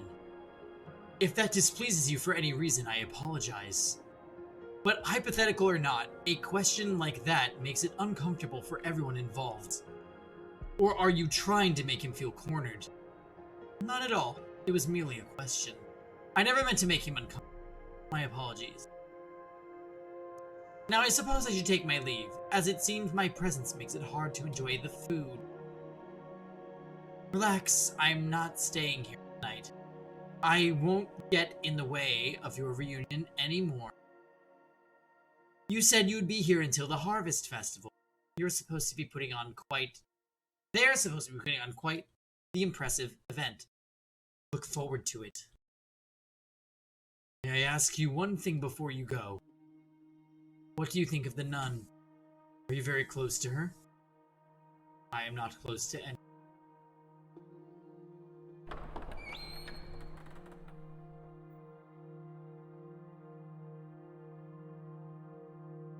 So, yeah, thank you. I was hoping to handle it better than that, but I just can't seem to keep it together around him.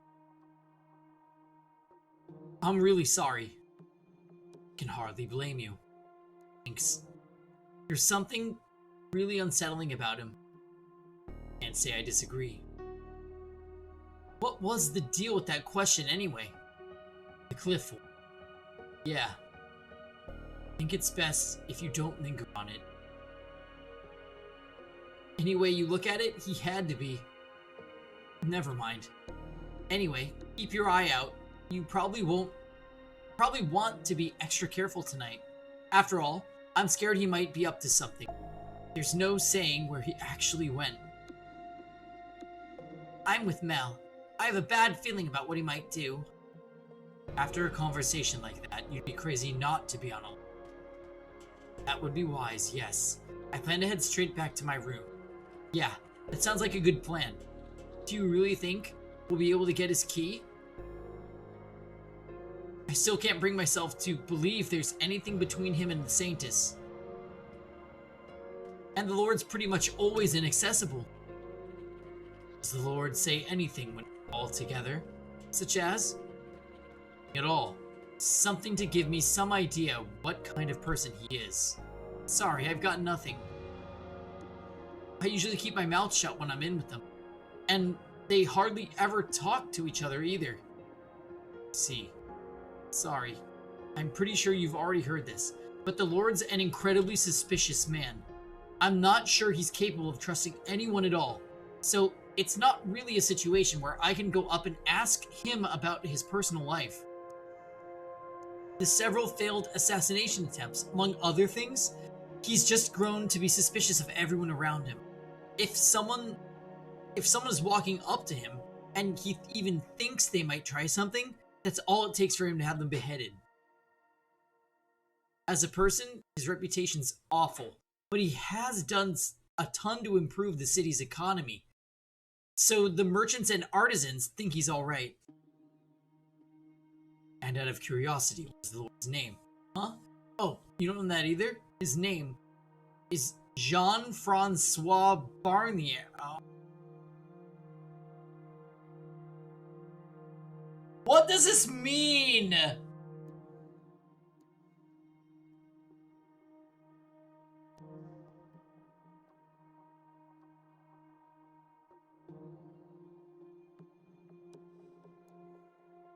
What does this mean? So... Okay. His friends know him as Jacopo. I don't know what to make of this, honestly, because, like...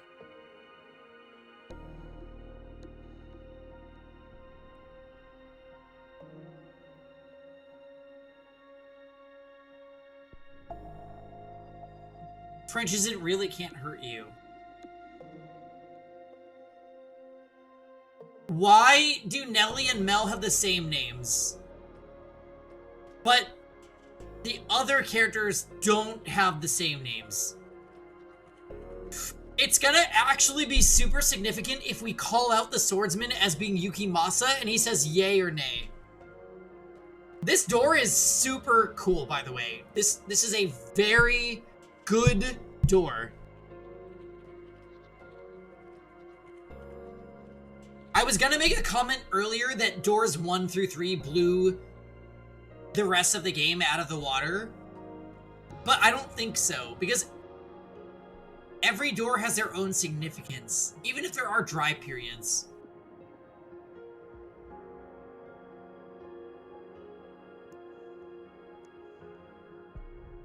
His name literally cannot be Bob. It could be Bobu, though.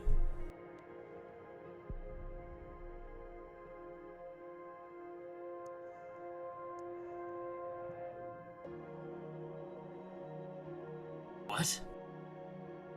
That name doesn't fit him at all. Not one bit. He does not look like a Jean-Francois. Could that mean he's not the Lord, then? No, the Lord is the only other person who did enough to earn Morgana's wrath and be on the receiving end of her reconstruction wish. It has to be him. Between this and the nun being named Marie, things are starting to get a bit muddled. Hold on a second. I think I've heard the name Barnier before. There's a diary in the library when I lived in the mansion, as I recall, written by someone named Barnier. Actually, now that I think about it, that same diary also showed up in Mel's next life. In it, he was complaining about not having gotten the larger of the family's estates. And a bad harvest, I think. That was one of the books your family sent you, right? Actually, that was one book they didn't. It was already in the library when I arrived. You think he could have written it? Here I thought it was just the scribblings of a disgruntled noble. The book really is that old. I'm amazed it was in such good condition for so long. We can't be more than 100 years behind our own time, so it's not inconceivable it would still be in good shape then. But Mel came back many hundreds of years after that. It's almost like it was frozen in time. You know, I think time actually may have been stopped during the times the mansion wasn't present in the living world. I kept it clean, yes, but one person going around dusting enough won't be enough to keep it from falling into disrepair over hundreds of years. Just what on earth is that mansion? Is it also a part of Morgana's miracle? What's the matter? You've just been standing there staring off into space. Sorry, I got lost in thought. You seem to be doing that a lot. Just go off into your own world, I swear. You've got to be more absent-minded than me. That's not enough though, I guess. Anyway, so I've been trying to think of ways I can help. Sorry, I haven't been able to come up with anything. It's fine. I'm simply glad to have you on my side. Sure, Well, I should get back to my room. If you have any good ideas, let me know. I will. I should head back too.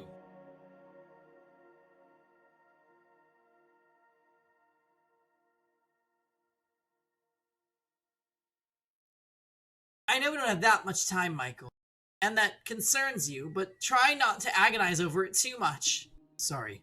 After how yesterday went, feels like we've come to a screeching halt. Honestly, I'm having trouble processing everything. How about, for now, we just focus on the immediate issues, I suppose. To start with, we're going to want to talk to the nun again tomorrow. We might have an easier time of it if we brought Mel or Nellie along. She'll probably be more inclined to believe us about the observation tower if it came from them. E-tier?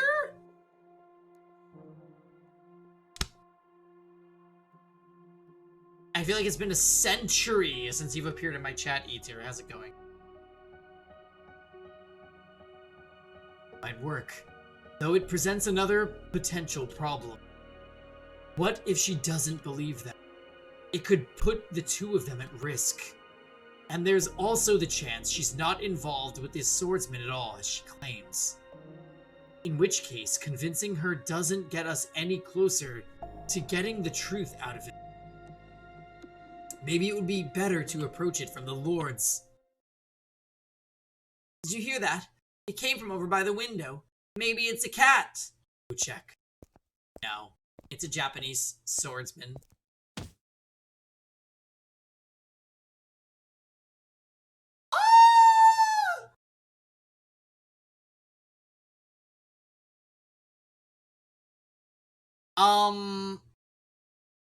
A-tier, what's going on?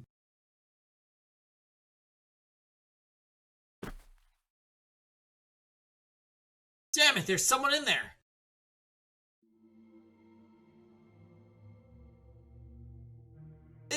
It's a ghost! There's a ghost out there! When in the Pokemon Snap is this HSR event? I don't know. Because I don't play HSR.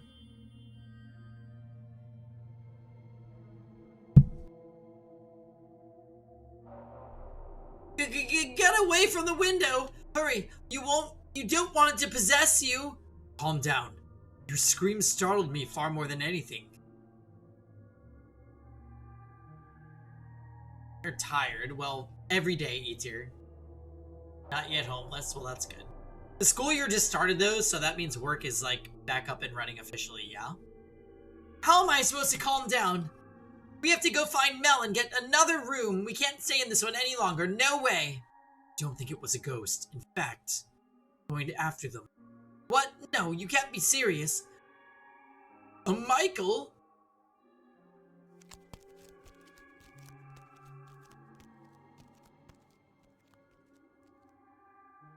Pretty sure they went this way. Let's go back to the mansion. You're chasing a ghost. You're out of your mind.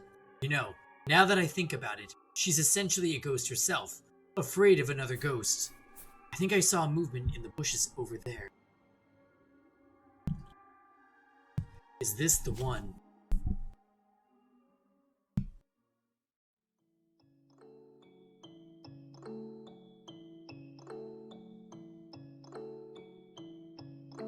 That's her! That is her! And she is open-chested.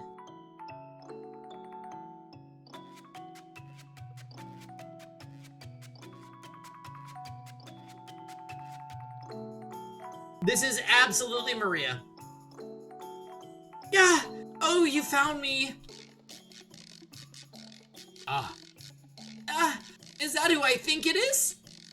Be a good boy and pretend you never saw me. Got it? Off.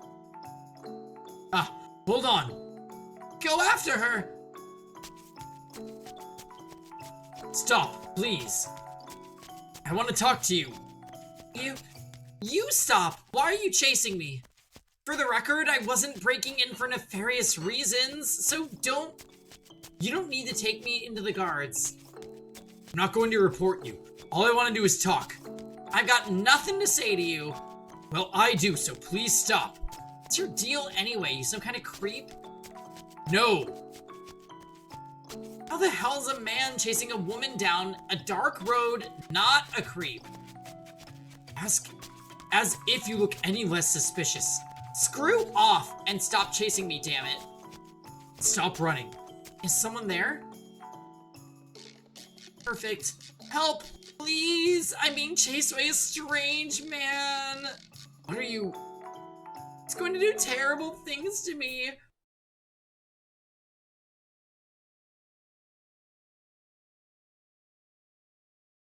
No! This is all. Oh, this is so bad. This is so bad. She already. Yes, so the girl with the open laced shirt was Maria, for sure. And now we're about to ruin our reputation even further with Nun.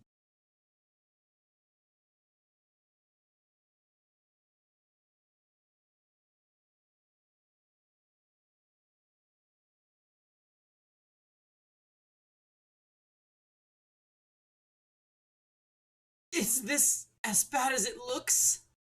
It's worse. What's going on here? Wait a minute. Don't do anything rash. I can explain. I'm completely innocent.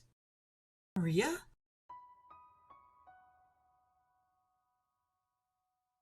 Well then. Things are suddenly looking better for us. So it would seem. What are you doing here, Maria? Wait, are you... Is that you, Pauline?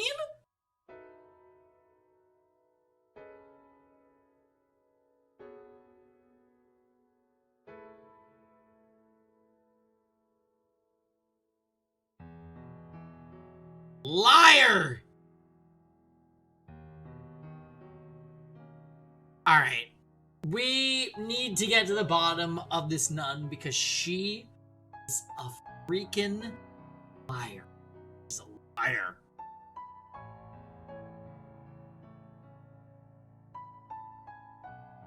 What? They know each other? And she called her... So I was right. That is your name. That is my earthly name. It is not who I am now. I am Marie. I no longer go by that name. Marie, that's your name? That's a fucking laugh. You joking? Not. In that outfit, you become a nun or something? That part of a gag? That's why you call yourself Marie, huh? Name suits you a hell of a lot better than me. Virgin Mary's namesake grows up to be a whore, while sweet Pauline grows up to be the genuine Virgin Mary. What do you say? Want to take my earthly name and I'll take yours? You don't have to be so crude. This seems like it could go south very quickly. That reminds me, I heard word that the Saintess, or whatever at the church, is here. That you? Saintess, huh? That's just what people call me. I don't actually consider myself a saint. Or as ever I see. If it were me, I'd let them put me up on the pedestal, bask in their worship for a while, and swipe all the types and get the hell out. You're unbelievable, Maria. Has this song played at any other point in the game? Because it seems really familiar to me, but like...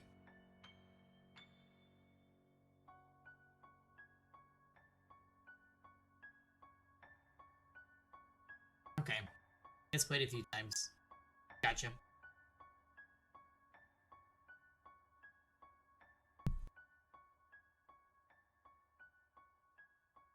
Oh, I'm just kidding.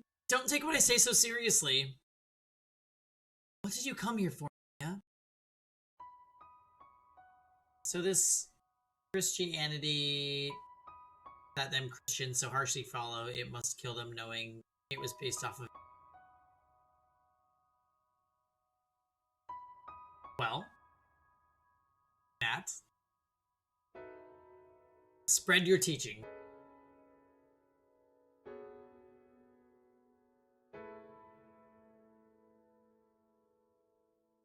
That's what horrors do. We come and go. We're anywhere and everywhere, and we're gone. You do realize this is a church, right? I know. Sacred ground, no place for a dirty old prostitute like me. I'm going to hell, yada yada. Didn't say that. I would prefer if you restrained from working on church property. I was on my way out, in fact. But then that white-haired dude came after me.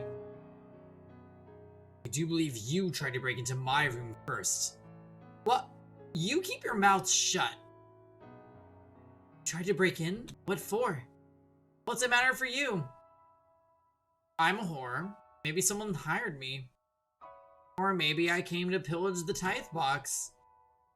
Was it the Lord? Is that who you came to see? Huh? Why would you assume the Lord of all people? There are plenty of other men in need of my services. Rosen, are you just now realizing that we've been talking to Maria?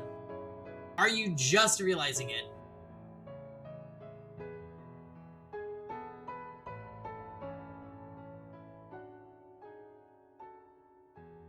Okay, yes. Gosh, you are so insensitive. So, she tried to break into... Gosh, you are so insensitive. Stop it, I don't need to hear that Gosh, twice. you are so insensitive. So anyways, she tried to break into Michael's room, and then he chased her. And then we ran into the nun, and she called the nun Pauline. So we know that the nun is a freaking liar.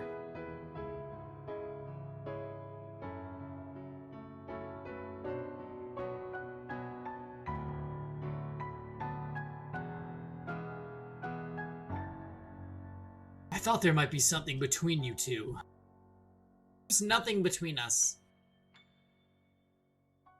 Everyone's denying their connections to each other. So, since you're here, Maria, do you want to stop by my place for a bit? So you can grill me about what I'm here for? No, I will admit I'm curious, but if you don't want to talk about it, I won't try to force you. We just haven't seen each other in so long. I'm sure we've got plenty to catch up on. Come on, surely you can stay for tea at least. They don't call you the Saintess for nothing, huh?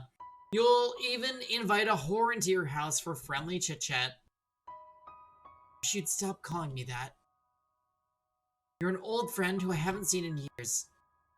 It's only natural I want to catch up, is it not? Yeah, Maria's definitely slaying in this timeline, without a doubt. With her open-chested, laced shirt.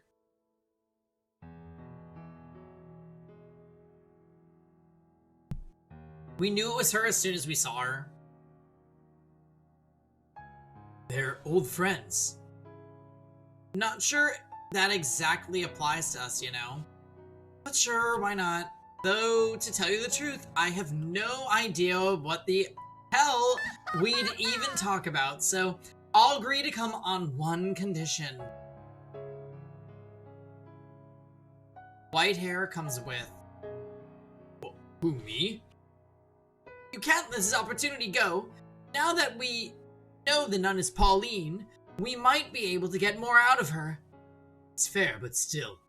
I'm not sure with how comfortable I am bringing this man into the house with only girls. I'm not sure how comfortable I am going. What's the big deal? You afraid he might turn feral? No, he ain't that kind of guy. You've got nothing to worry about. Why would she say that? You seem to trust me quite a bit for someone you just met.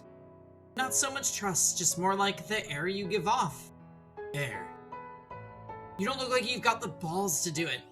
So wait, this might be the first time in this game that I think it has weak writing. Why would she ever invite him to this? She was being chased and was looking for a way out, found a friend, and then said, okay, if we're gonna talk, white hair Chan comes with. That actually makes no sense.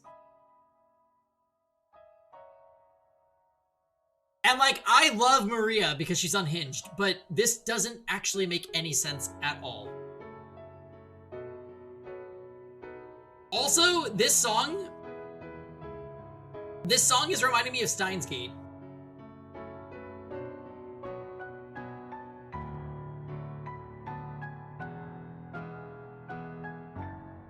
She's a spy? I don't know. All she's admitted to is being a whore, which is iconic.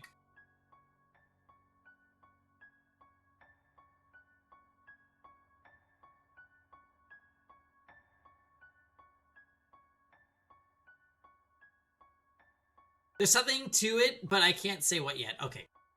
What did you just say? Damn it. That stings even worse. That stings worse than she has any way of knowing. Don't let it get to you. There's nothing you can do about that. Well, what are you waiting for? Go on, get your butts moving. Okay. Not sure I like where this is going. Giselle's right, though. This could be the chance to get some new information. What is it? I just remembered. Something vital. She called me a creep. In the third door, she kept calling me a creep. It just occurred to me now that she was talking about me like that behind my back. I can't believe she would do that. Let it slide for now. It's something she does in the future after all. I'm not a creep, am I? Well, considering what you were like at the time, I can't really blame her for thinking that.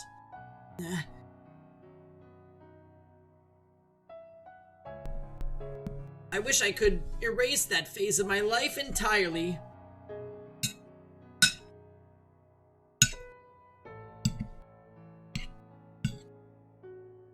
Yeah, because you were the cocoon, Giselle. You don't have to be self-conscious about it, okay?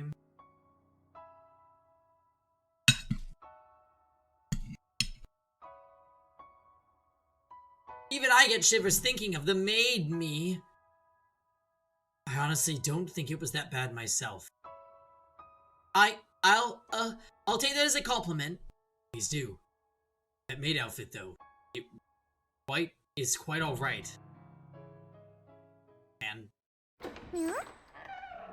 story time! You need to watch yesterday still? Yeah. There's, honestly, a lot is happening. The third door is a fucking marathon, though, so, like, we're not even close to beating it. Mega TBH.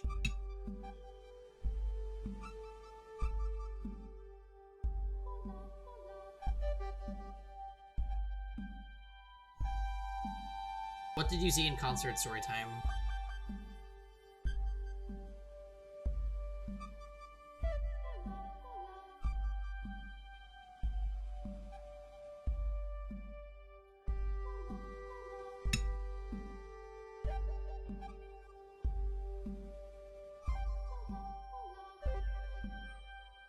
I don't know Flow at all.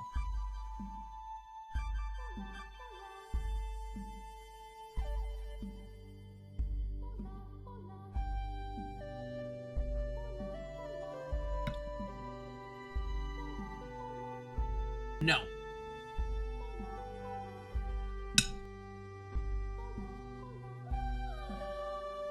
Although I did...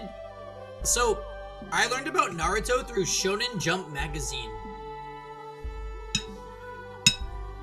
And then I read the manga. And by the time the anime came out, I was kind of out. I did exercise most of the week. The boy petting game? Wait, which game is that E tier? Is that, Tears of Themis?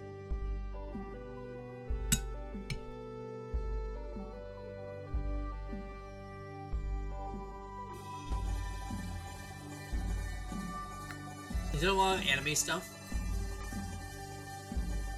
Nice! Well, I hope you had fun story time. It sounds like you did.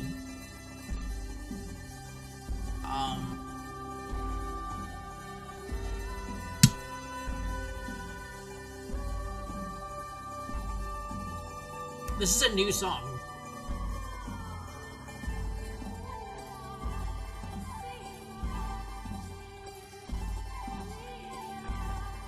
Nice, you should off tomorrow. Oh, I don't think I said this on stream. But, basically, I found my most recent job through, like, a contracting company.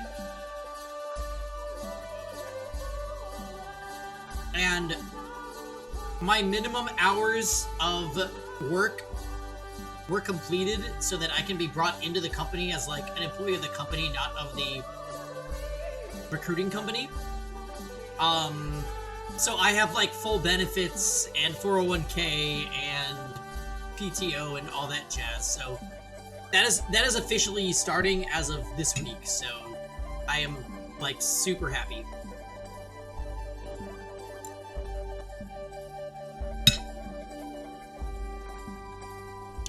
Yeah.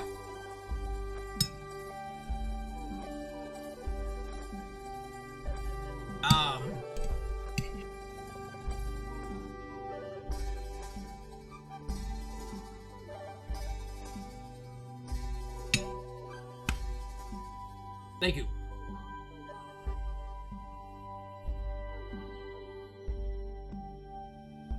Alright, sounds good.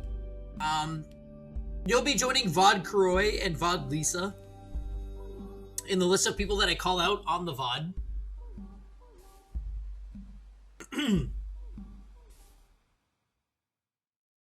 Yeah. Hello? Door... Is this door 8? Door 8 has actually been extremely interesting. Like, I really like this door.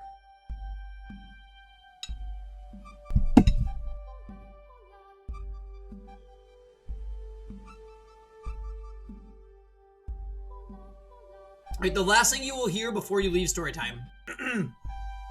Oh, hello, dearest Michael.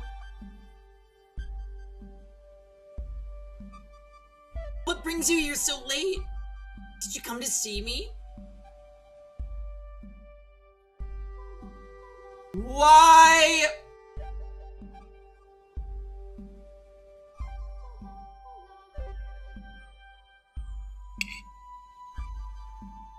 Wait, in Nellie's story, did they say that she lived with the Saintess? I think they did, right?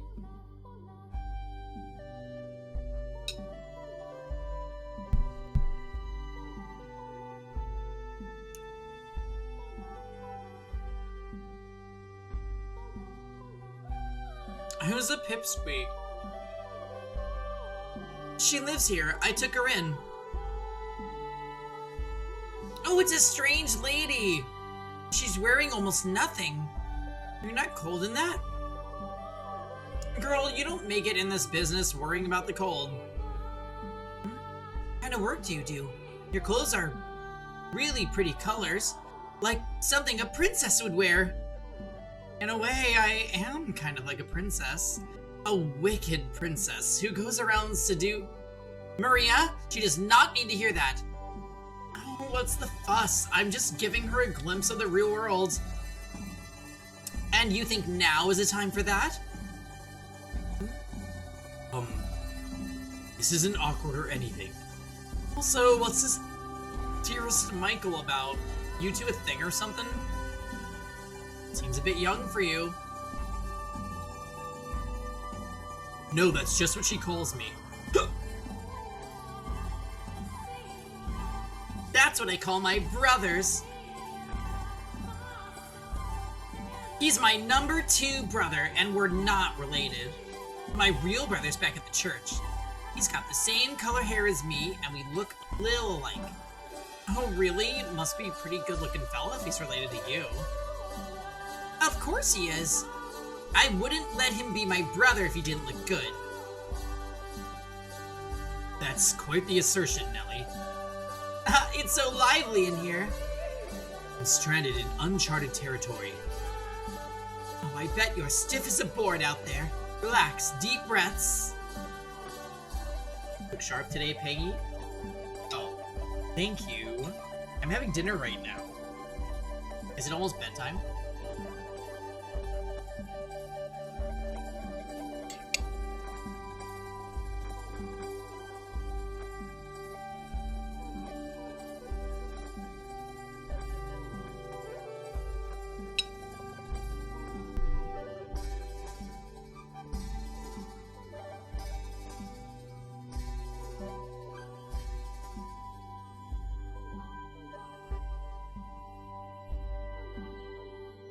Long day tomorrow.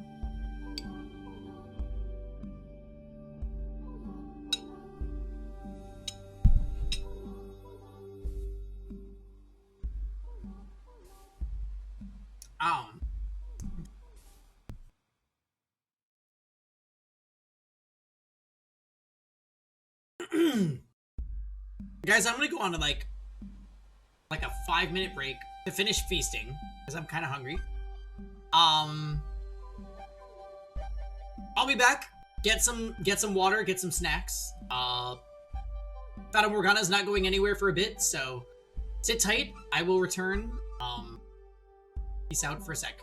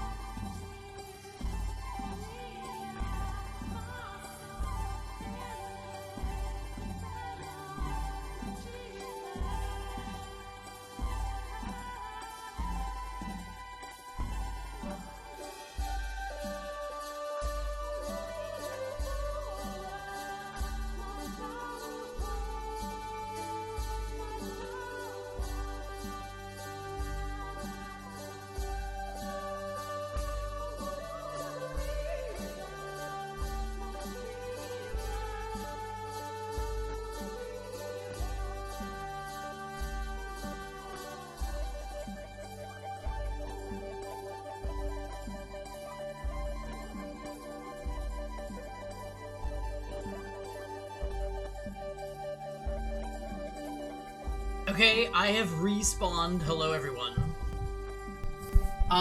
Jordan, dearest Mel, la la la la la la.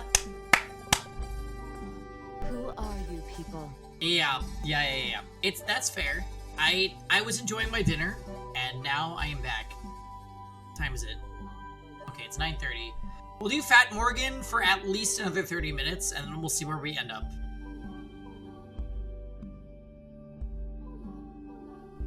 What I think is a good sign is that it seems like getting the keys to the second and third people will be somewhat intertwined.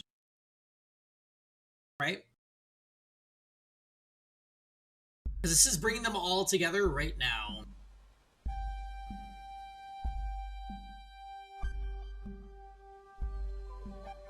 Anyway, Maria's here, which is a good sign.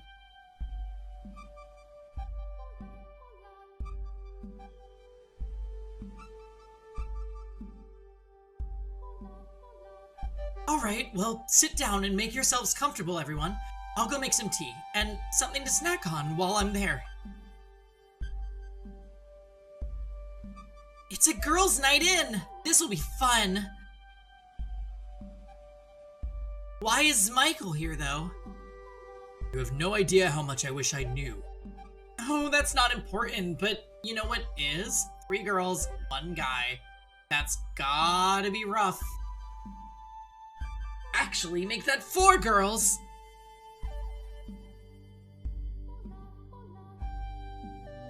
I made it to a level 50 botanist. Wait, Jordan, what?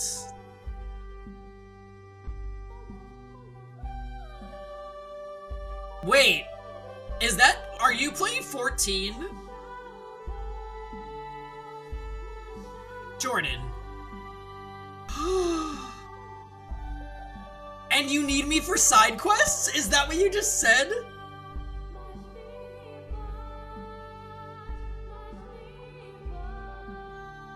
Yes! Okay, wait. Is it time to have a side quest era with Jordan? I actually need you for certain side quests because I have no way of scaling the walls, and you fly me up in your weird flying car. Thank you in advance.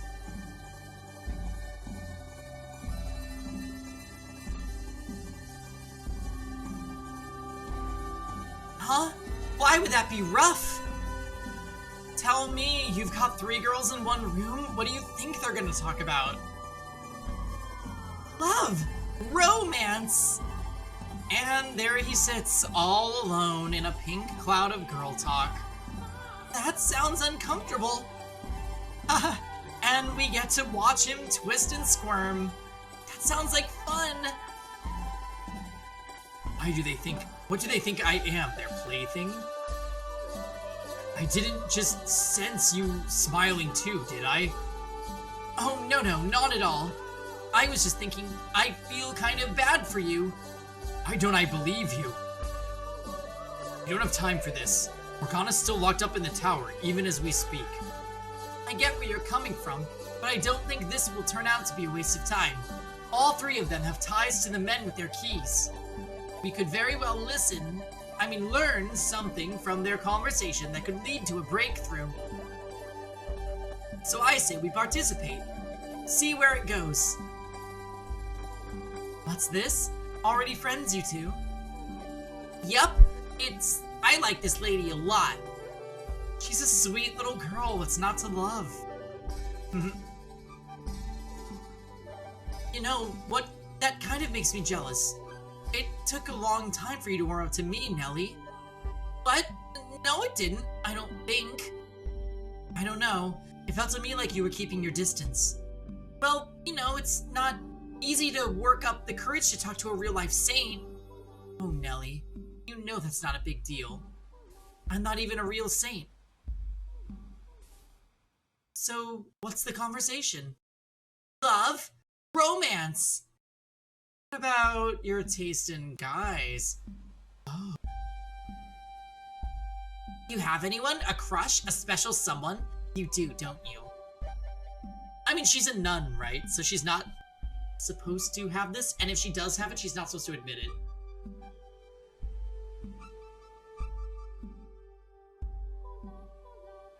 Like that.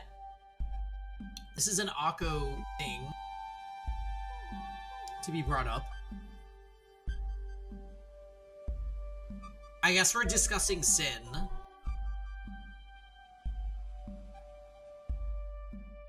The gods are her crush? No, Jordan. That's you playing, Hades.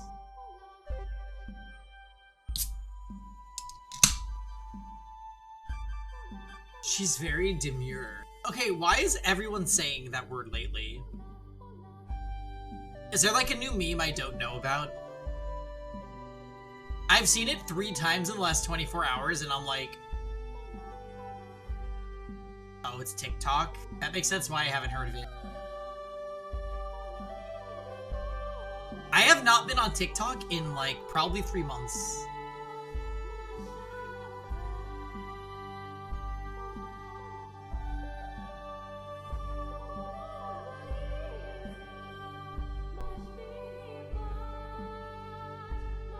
I am a servant of God the Father. Very demure. Okay, so Jordan knows about it.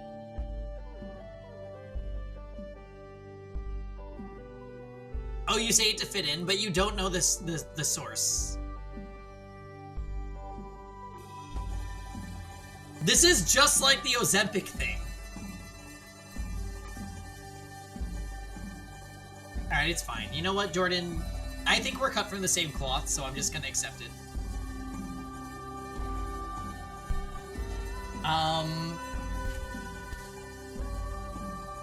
Anyways.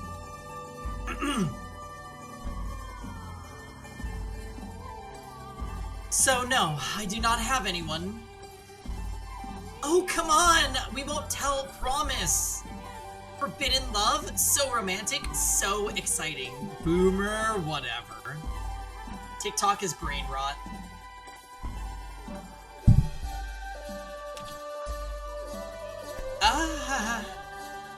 You know, I think you should go first, Nelly. What's Maria doing? What's she been doing? Okay, so Mars, Maria is here. Did you see her in Door 3? Because, like, she's the best character maybe ever in Door 3. But in this timeline, she seems to be a Lady of the Nights.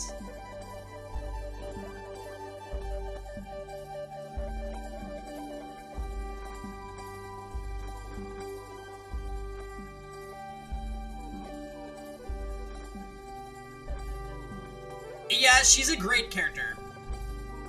Honestly, Maria is so fucking good. Like, when I tell my grand stream kids about Fata Morgana, I will say Maria is the fucking GOAT.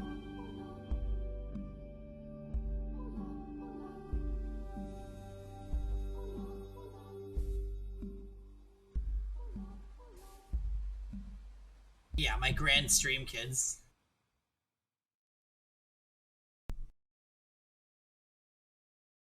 Because I'm not gonna have other kids, I don't think. So, like, I'll just have the stream legacy to go on here. Maybe when I'm when I'm still streaming when I'm in my 40s and I have, like, teenagers that join my stream, I'll have to tell them about it. I stream.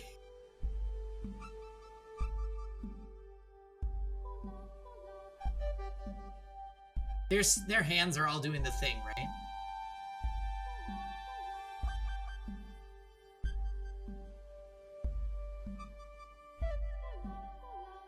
And you'll be 28. Wait, are you 28 this year, Matt? No. You're 27. Or 26. No, you're 27. You're 28. Alright. No further questions. Alright. So I'll just remember forever that you're 5 years younger than me. Can I get some happy birthdays in the chat for Matt? Exclamation point HPT. Happy birthday. Oh my god, thank you guys. Happy birthday, Matt.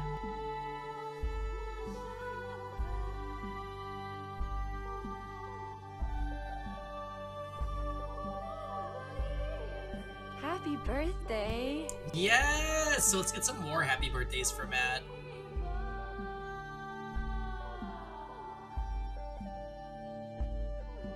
Happy birthday. Oh my god. Happy birthday. Yes! Thank you, everyone. Matt, happy birthday. Congratulations on your 28 years of life. I say that like it's today, but it was actually a few months ago.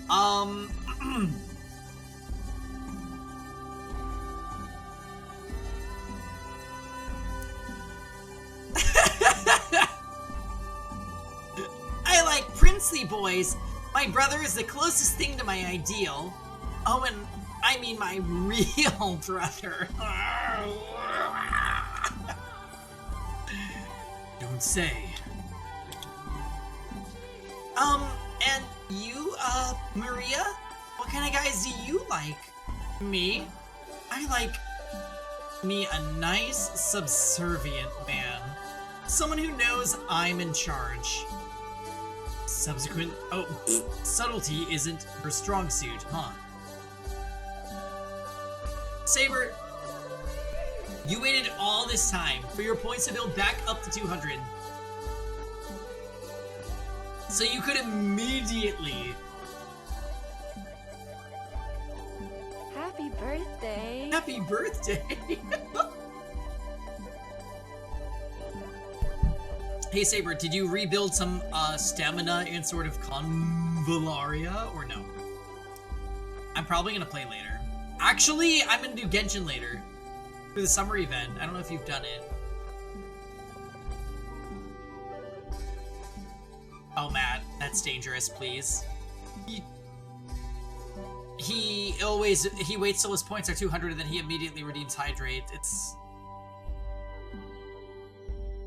You're playing Vindictus? Wait. Is that an MMO or what is that? Because you sent me a screenshot last night and I was like, what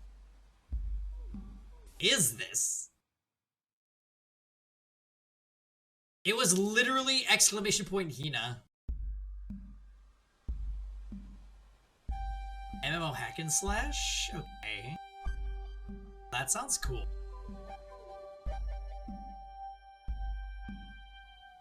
So Dynasty Warriors is what you're telling me.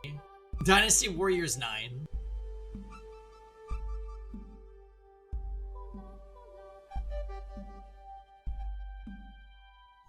There's a lot of plots? Oh.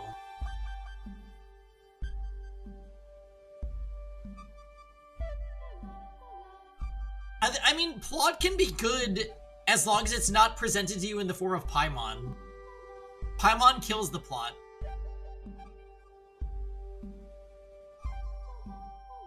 Claude? No. We're not calling people names, Jordan. Happy birthday. Happy birthday, Matt.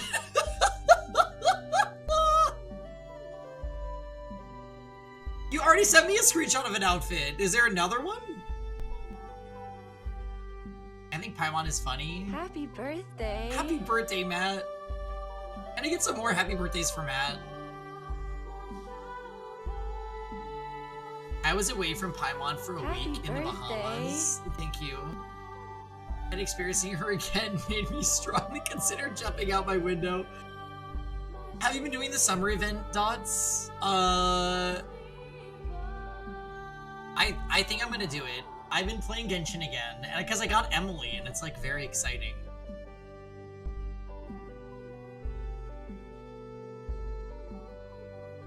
Happy birthday. Happy birthday, Matt. Happy birthday. So stupid. Why not someone you can always count on? or encouraging and supportive, or sweet and kind. Someone like that would be... Guys like that only light you little tween girls' fires.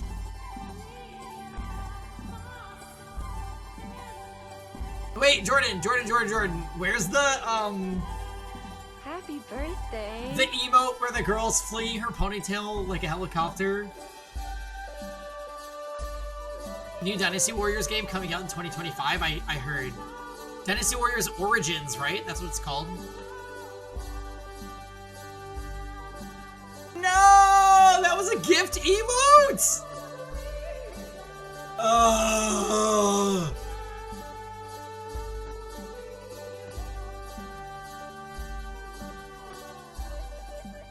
Wait, there's not a huge cast in Origins? That's disappointing. Oh my god. I miss that emote so much. I miss it every day.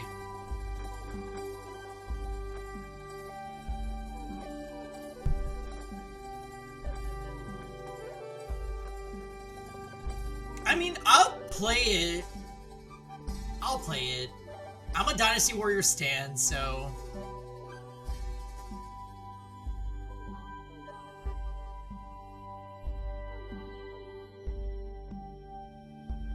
Things get a little more complicated as you get older.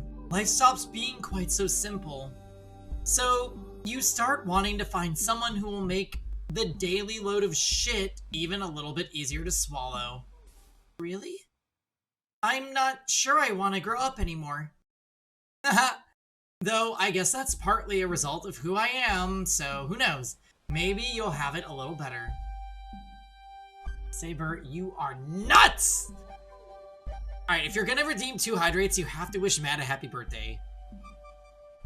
Exclamation point HBD. Happy birthday. Alright.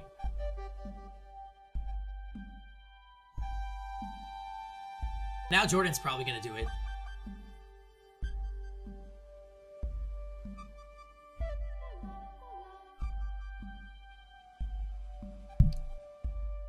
No, he missed. No, he's. Happy birthday.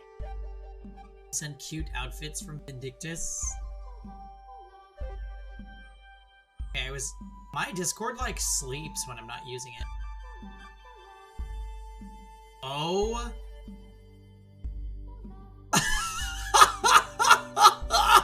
Okay, you are psycho.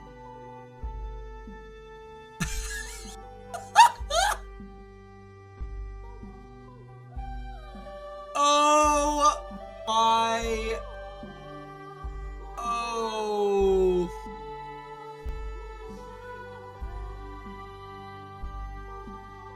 Alright. That was a lot of underboob.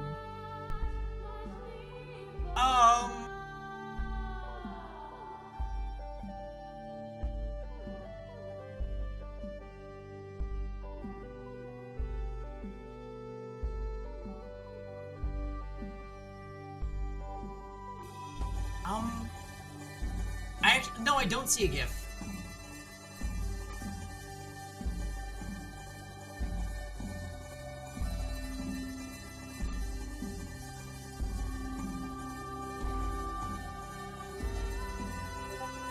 Oh, that's not okay. Oh.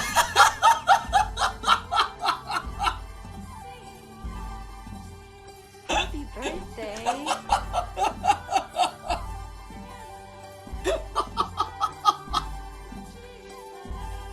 Happy birthday. Well, that game sure looks like fun, doesn't it? Happy birthday.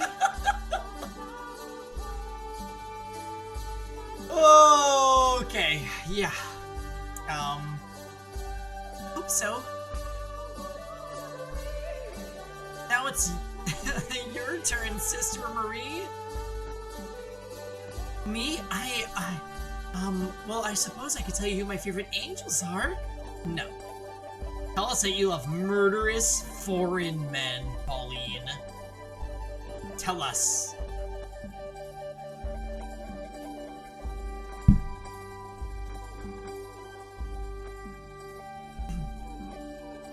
Oh my god, I love Pauline. Do you remember her from her door, Jordan? If not, just happy birthday. She's very Angelica right now. Happy birthday. Yeah, she's very, very Angelica right now. But the best character on the screen is easily Maria.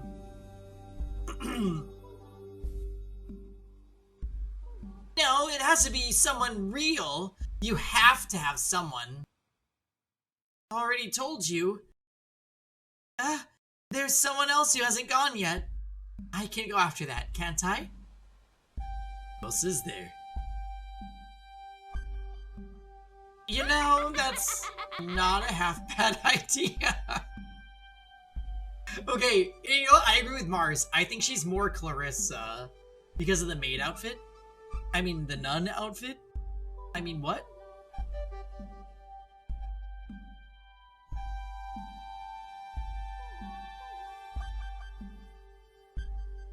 Maria is a huge part in the side game. And I already have the side game. No.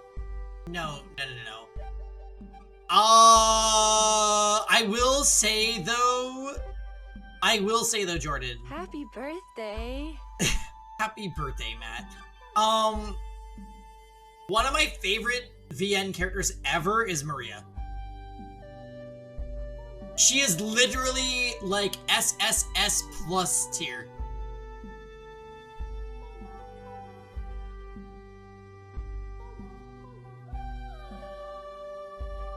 And she's a maid. Well, in one lifetime, she's a maid. I hope that's not any trouble. The only other maid I like is Sharon. Sharon is a ridiculously top tier maid. And if we ever stream Melty Blood, Kohaku is also a really good maid. Yeah, maid Sharon. Michael, Jacopo, Morgana, Giselle. Like, Dots, that's just like all the main characters plus Jacopo. Can't wait for the maid Sharon. Yeah. Maid Sharon is in Trails of Cold Steel. You forgot Nelly. My two favorite characters in this game are Maria and Nelly. Oh yeah, if you need a picture of Sharon, she's right there with When Rosenlog Wings. That's Sharon.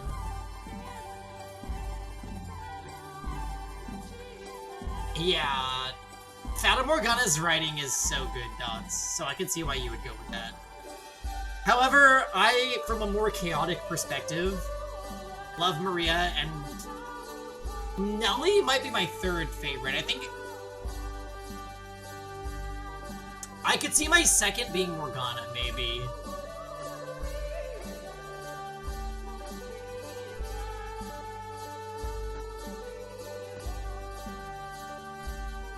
How has Nelly redeemed herself? So, like,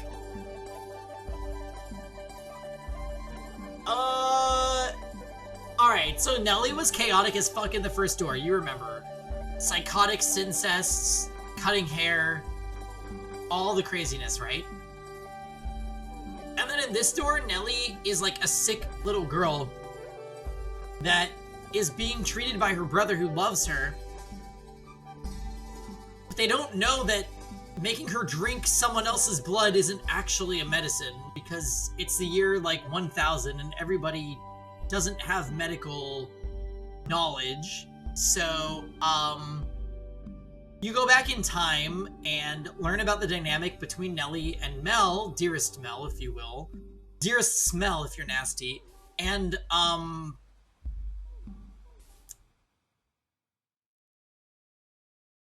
right. So,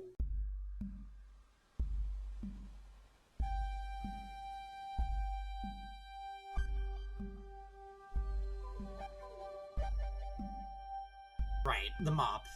It is irrelevant right now. Basically, Mel got strong-armed / blackmailed into doing something terrible to Morgana, which sent her down this whole shitstorm of being captured in this tower and starved and bled to death until she dies. And you mend the relationship between Mel and Nellie so that Nellie realizes that her brother isn't her prince because they're siblings and that it's just a childish fantasy. And Mel's like, I would like anyone that gives me that attention, including my sister. And you're like, weird look, Mel, but at least you told the truth. And Nellie's like, well, that hurts, but fair enough. So that was the last door. And now we're trying to figure out how to make the other people, who are terrible people, Bestia and Jacopo, to give us their keys.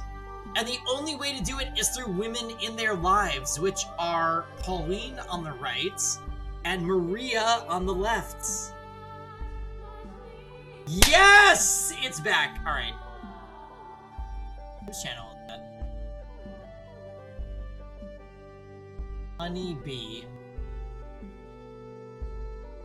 I don't know. Anyways, we'll be streaming a lot this week, Jordan, so I expect to see the emote at least once per stream. That is your job. Yeah, that's literally the ponytail.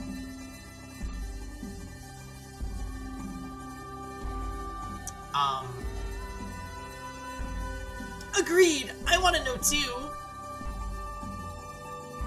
No dodgy answers either. Oh? What kind of girl do you like, Michael? Oh, you're not supposed to bring me into the conversation. Lighten up, loosen up, let us have it. It's very complicated. Personal matter.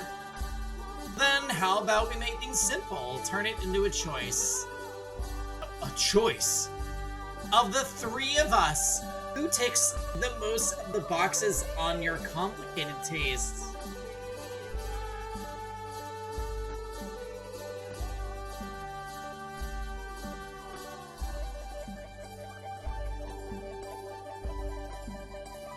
If this is a legitimate choice, I'm gonna be slightly disappointed in the game.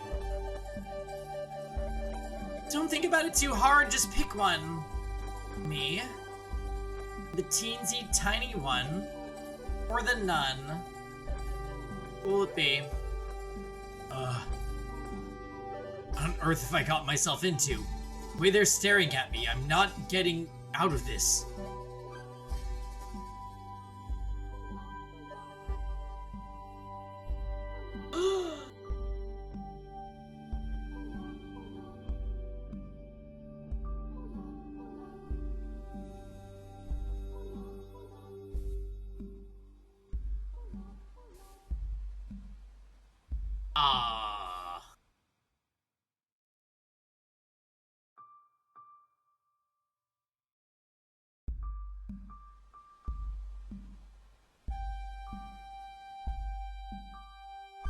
I already have someone.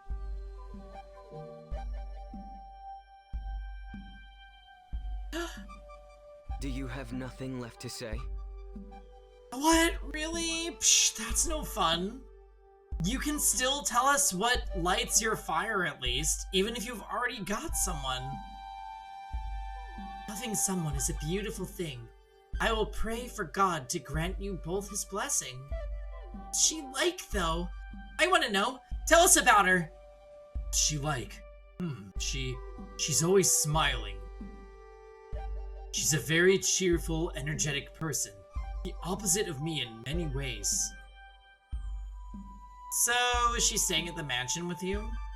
No, I'm here alone. Does she not feel the same way about you? Unrequited love, is it? Poor thing. I won't be cheap, but I'll keep you company for the night if you want. Sleeping? Happy birthday, Matt. Oh, happy birthday, Matt.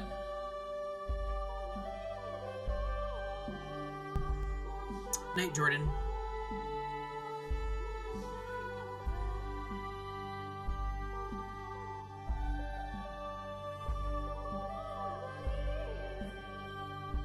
She loves me too. Then why isn't she here? If you're a couple, you're supposed to stay together. Did you leave her behind when you left? Circumstances prevent us from seeing each other right now. I can always feel her there by my side, but I can't see her. What circumstances? Now, Nelly, don't be prying. It's a personal matter, one I'm sure isn't easy for him. Will you ever be able to see her again? I have faith that I will, because when I see her next, in the flesh, I need to take her by the hands, look her in the eyes, and tell her something very important. Michael? Is she somewhere really far away? Or is she somewhere, or is there something else getting in your way? Women are fickle creatures, though. You may think she'll always love you, but spend enough time apart, and who knows how those feelings might change. We're not as bullheaded as you guys tend to be. Well, you're here, far away from her. She could find someone else she likes, or maybe she already has. I would never. Feelings will never change. She spent more time waiting for me than you can possibly imagine. Though, there were times she lost sight of what she was waiting for. Deep down in her heart, she never forgot about me. I know that for a fact. I don't buy the sickly sweet, her love is eternal crap one damn bit. It's short-sighted and ignorant. Change, their feelings change. It's the ones you think you care about most who will inevitably stab you in the back one day. That's what people do. You've just never had the pleasure. So sad. But one day you will. You'll taste the bitterness of betrayal. Is there anyone in your life you care for more than yourself? Not a one. You wouldn't understand what we have together then. But someday, if you ever find someone who means that much to you, I think you'll come to understand that it is possible to love someone, even if they do sometimes cause you pain. You're telling this to a whore. That already has me out of the running. I don't think that's true. Anyone can find someone, no matter who they are. It doesn't matter how old you are or what kind of work you do, or if you're a noble or a peasant. Oh, come on, you're making it sound like I'm the bad guy here. In this case, she might actually be more mature than you, yeah? Shove it. Now that Michael's answered, it's your turn. What? Do I really have to? You do. Everyone else has already answered. Like I said, I don't have anyone. Oh, don't forget about the tea I made. It's going to get cold. Anyway, I'm more interested in catching up with you, Maria, than talk about boys. What happened after you left? Alright, sure. We can talk about that.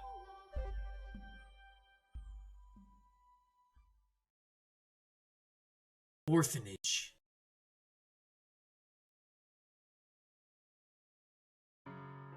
Yep, neither of us had parents or families, so we were raised in an orphanage. Beyond the second door, Pauline had a family and seemed to be quite well off. I guess that's not the case here. So you grew up together then? Sister Marie's never even told me about her childhood before. I don't like to talk about the past. Not the best memories after all. I'd say we're both lucky we made it far in life. You still keep in touch with that shit heap of a director? Now, don't talk about him like that. He's not a bad person. Yeah, I know. In your mind, everyone's not a bad person. He isn't, really. But yes, he stops by occasionally to check in. He was the one who set me on the path of becoming a nun. He was always fond of you, perfect little angel you were. I doubt he liked me any more than anyone else. Compared to you, I was a damn gremlin. You were a naughty girl, weren't you, Maria? The naughtiest girl around. I'd throw rocks at walls, making all these little holes, and then one time I even filled the director's shoes with dog shit. It would make anyone angry. I wasn't always a little twat, mind you. The director either loved you or hated you. There was no middle ground. And if he didn't like you, life was hell. He'd make you go without supper or force you to sleep outside, shit like that. That's awful! I had no idea he was doing that to you. You should have said something. Like that would have made a difference. You adored the damn director. You never would have believed him over me. Once you put your trust in someone, you refused to believe they could be anything less than perfect. Completely blinded by faith. You don't... You do. Oh. The only reason you're willing to believe me now is because it's been so long. And because there are other people here. This would probably be a good time to step in, Michael. Change the subject or something. I kind of feel bad for her.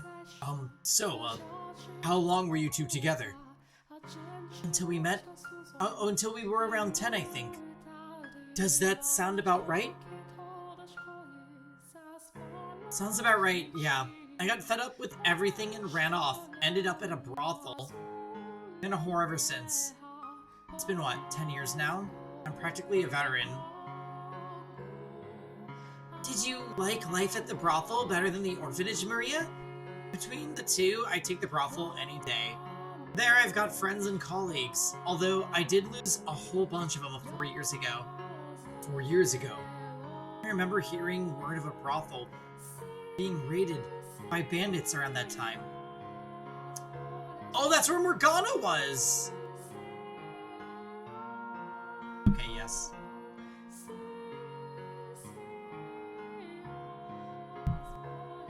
Was that where you worked, Maria? Yep, and what a nightmare that was. I mean, why the hell would you raid a whorehouse? Why not go after some noble's estate? Or the damn lord, for the matter? Brothel, raided by bandits 4 years ago. What's the matter, trying to make those forehead wrinkles permanent?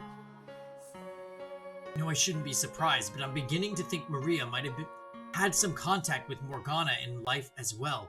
Oh? 4 years ago would make Morgana 12. Where was she then? Ah! I have a question for you, Maria. Was there a girl by the name of Morgana at the brothel? You know Morgana? So my suspicion was right. Yeah, Morgana was there. Me and the other girls looked after her together. And after the bandits razed the place, I never saw her again. Travesty that was. Okay, so wait, Maria is literally the link that's gonna make them save Morgana.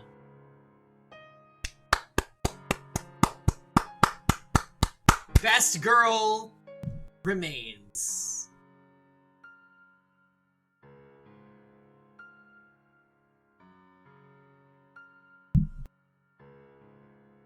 It was chaos. Only a handful of us even survived. I figured she'd either been killed or sold off somewhere. But if you know her, that means she's alive, right? That's good to hear. I've been worried about her ever since. Michael? Morgana's? This saint is his name, isn't it? Do you find out she's the murderer? No. There's no murderer here, Jordan, god damn it!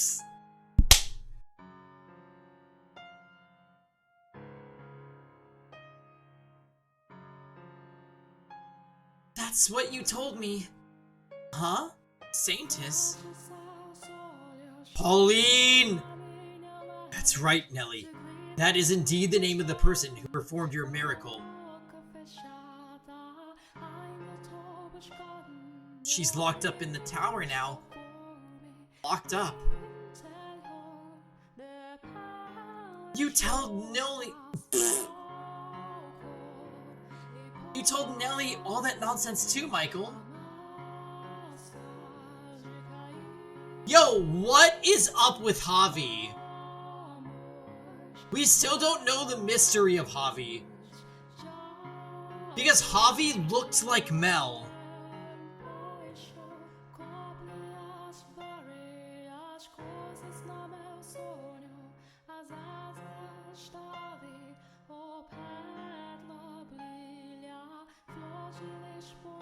It's not nonsense. Mel told me everything. It's all true. He feels terrible about what he's done, but he can't set her free by himself. But you too. We need the other 2 keys. The Lord has one and his bodyguard has another. After learning the truth, I knew I had to tell you. But I was too afraid you wouldn't believe me. And if you didn't believe me, maybe something bad might happen to Mel. It's not good to tell lies, Nellie. And the same goes for your brother as well.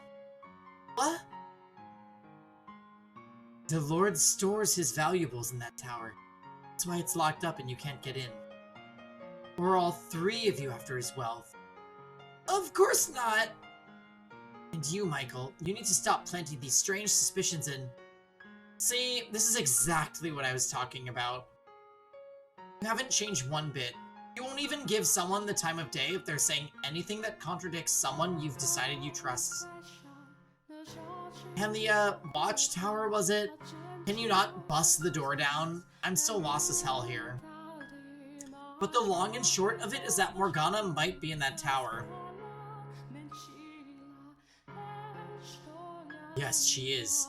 It might be possible to break down the door with a dozen or so people to help, but that's infeasible.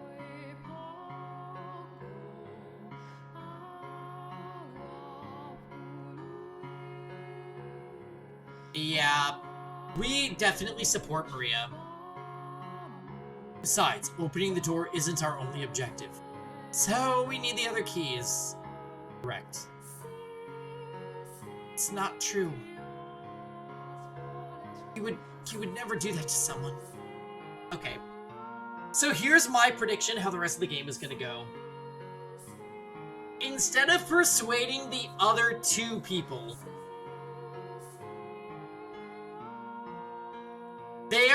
we are gonna gain the trust of the women close to them, and they're gonna take the keys.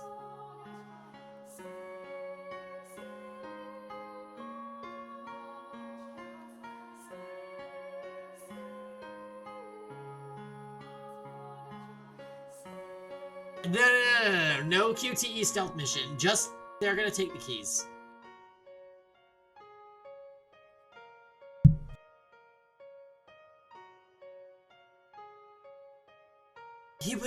He would never do that to someone.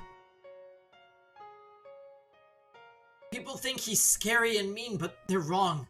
He's a sweet, respectable man. 6 minutes insomnium. He would never lock up an innocent girl, even though everyone else is saying he would. If I don't believe him, then who will? So you are more than acquaintances. If you really have that much faith in his goodness, then tell us what you've seen. Tell us that after you've seen what he's done. Pauline. Assuming, hypothetically, there really is someone in the tower, there's nothing I could do about it. I'm a nun. I have no real authority here. I'm just a pretty face. Nevertheless, he started this to help you. So if you tell him to stop, he might actually listen. Please, Sister Marie, help us set the Saintus free. Her ability to trust someone so completely is actually pretty amazing. But if you let it turn into blind faith, it'll come back and bite you in the ass. Could I please ask the 2 of you to leave? An old friend of mine might be held prisoner right now. And you expect me to just scamper on home? No. She's a little too innocent, perhaps. But I don't think her faith is entirely blind. You are a woman who's capable of making decisions for herself. I know you are. Yes, You've placed your complete faith in one man. That hasn't stopped you from considering what you should do with your own life. You were never short-sighted. We met yesterday. What could you possibly know about me? Give me some more time, until tomorrow. Time to think about what to do. As you wish.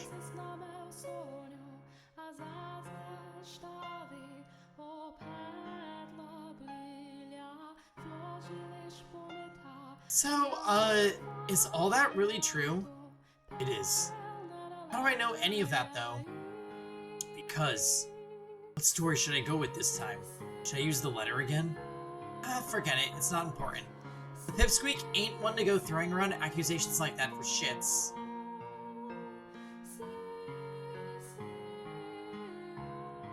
Point is, I'll take your word for it. And if we get the door open and it turns out there's no one there, no harm done. So you believe me. You're not lying, are you? No, I'm not. Then that's that. The frustrating part is, winning over a whore isn't going to get you very far toward fixing anything. That's not true. Just knowing you believe me is reassuring. If you say so. Could I ask you something? You did come here in search of the Lord, didn't you? He has the third key, without which we cannot get into the tower. My gut tells me you're the one who's going to make that possible. Why would you think that? Because you have a very strong connection to him.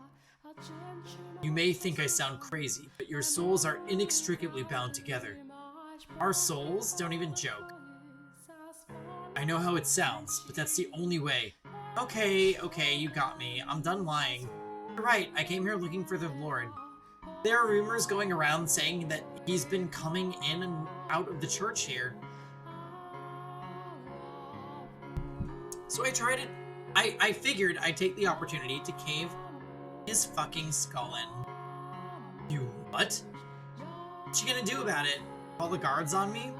No, I won't. But tell me, why would you want to kill him? Why? What, are you not from around here? Well, you should know he's one hell of an aggressive ruler.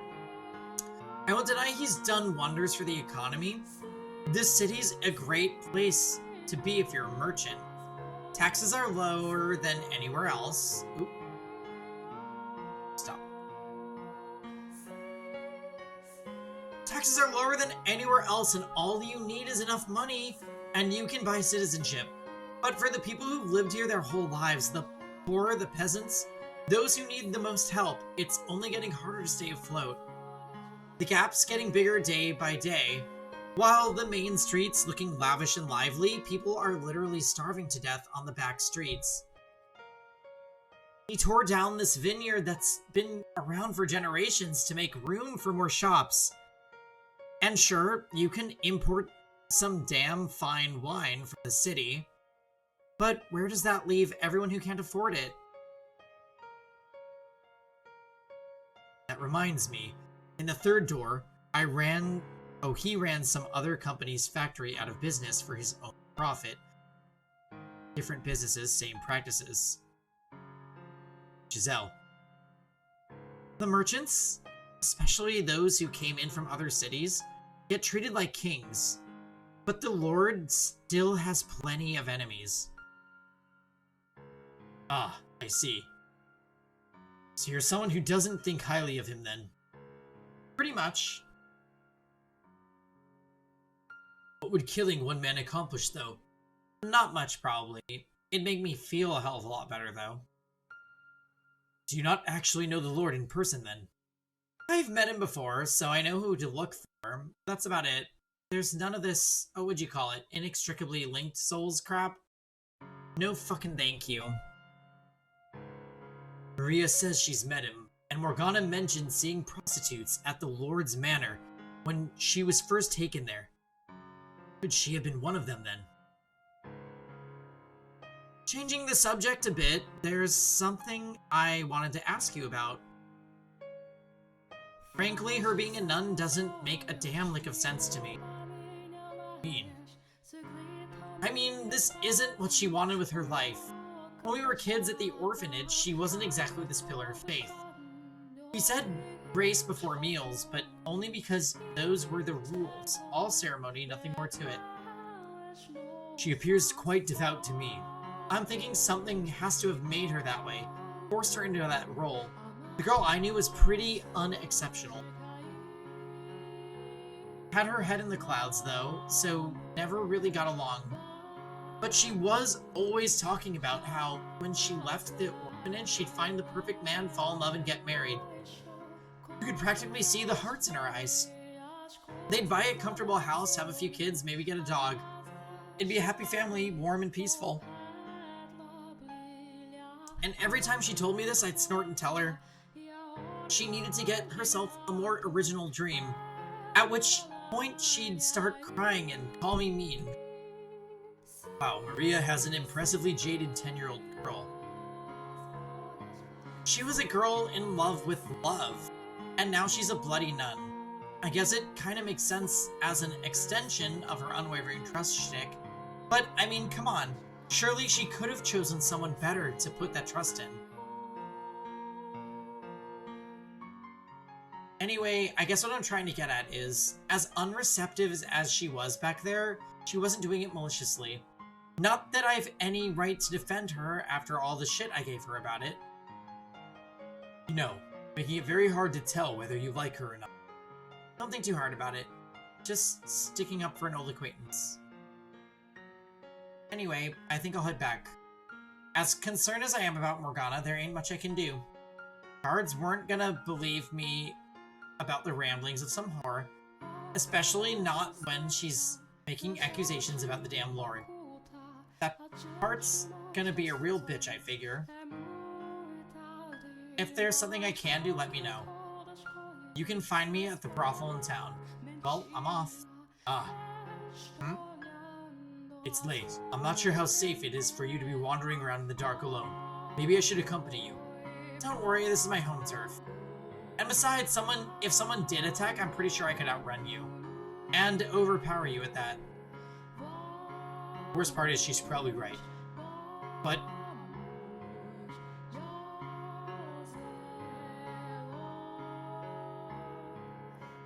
oh, okay. Wait, why is this a choice?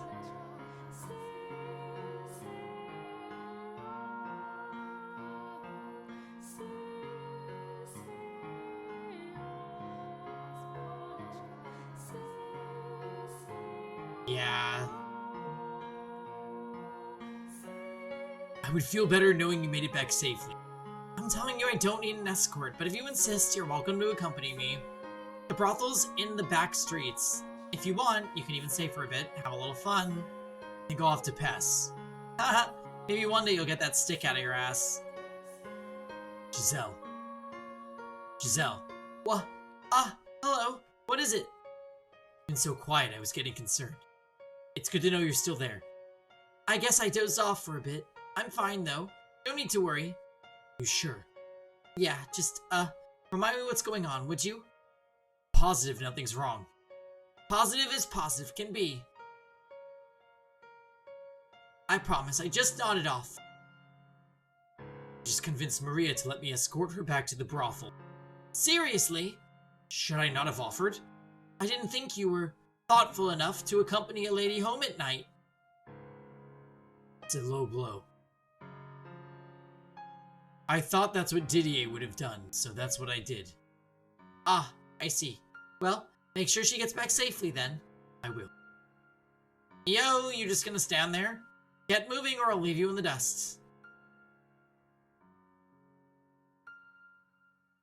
I feel like the bad end would have had Maria die on her way back or something, you know what I mean? So, like, we're just gonna make sure. Either that or we're down a bad end. Didier slept with Amy, though. Yeah. And maybe Maria, too. Alright, anyways, before we get into another scene, guys, it is at the very limit of when I wanted to stream until, so I've got to make the save.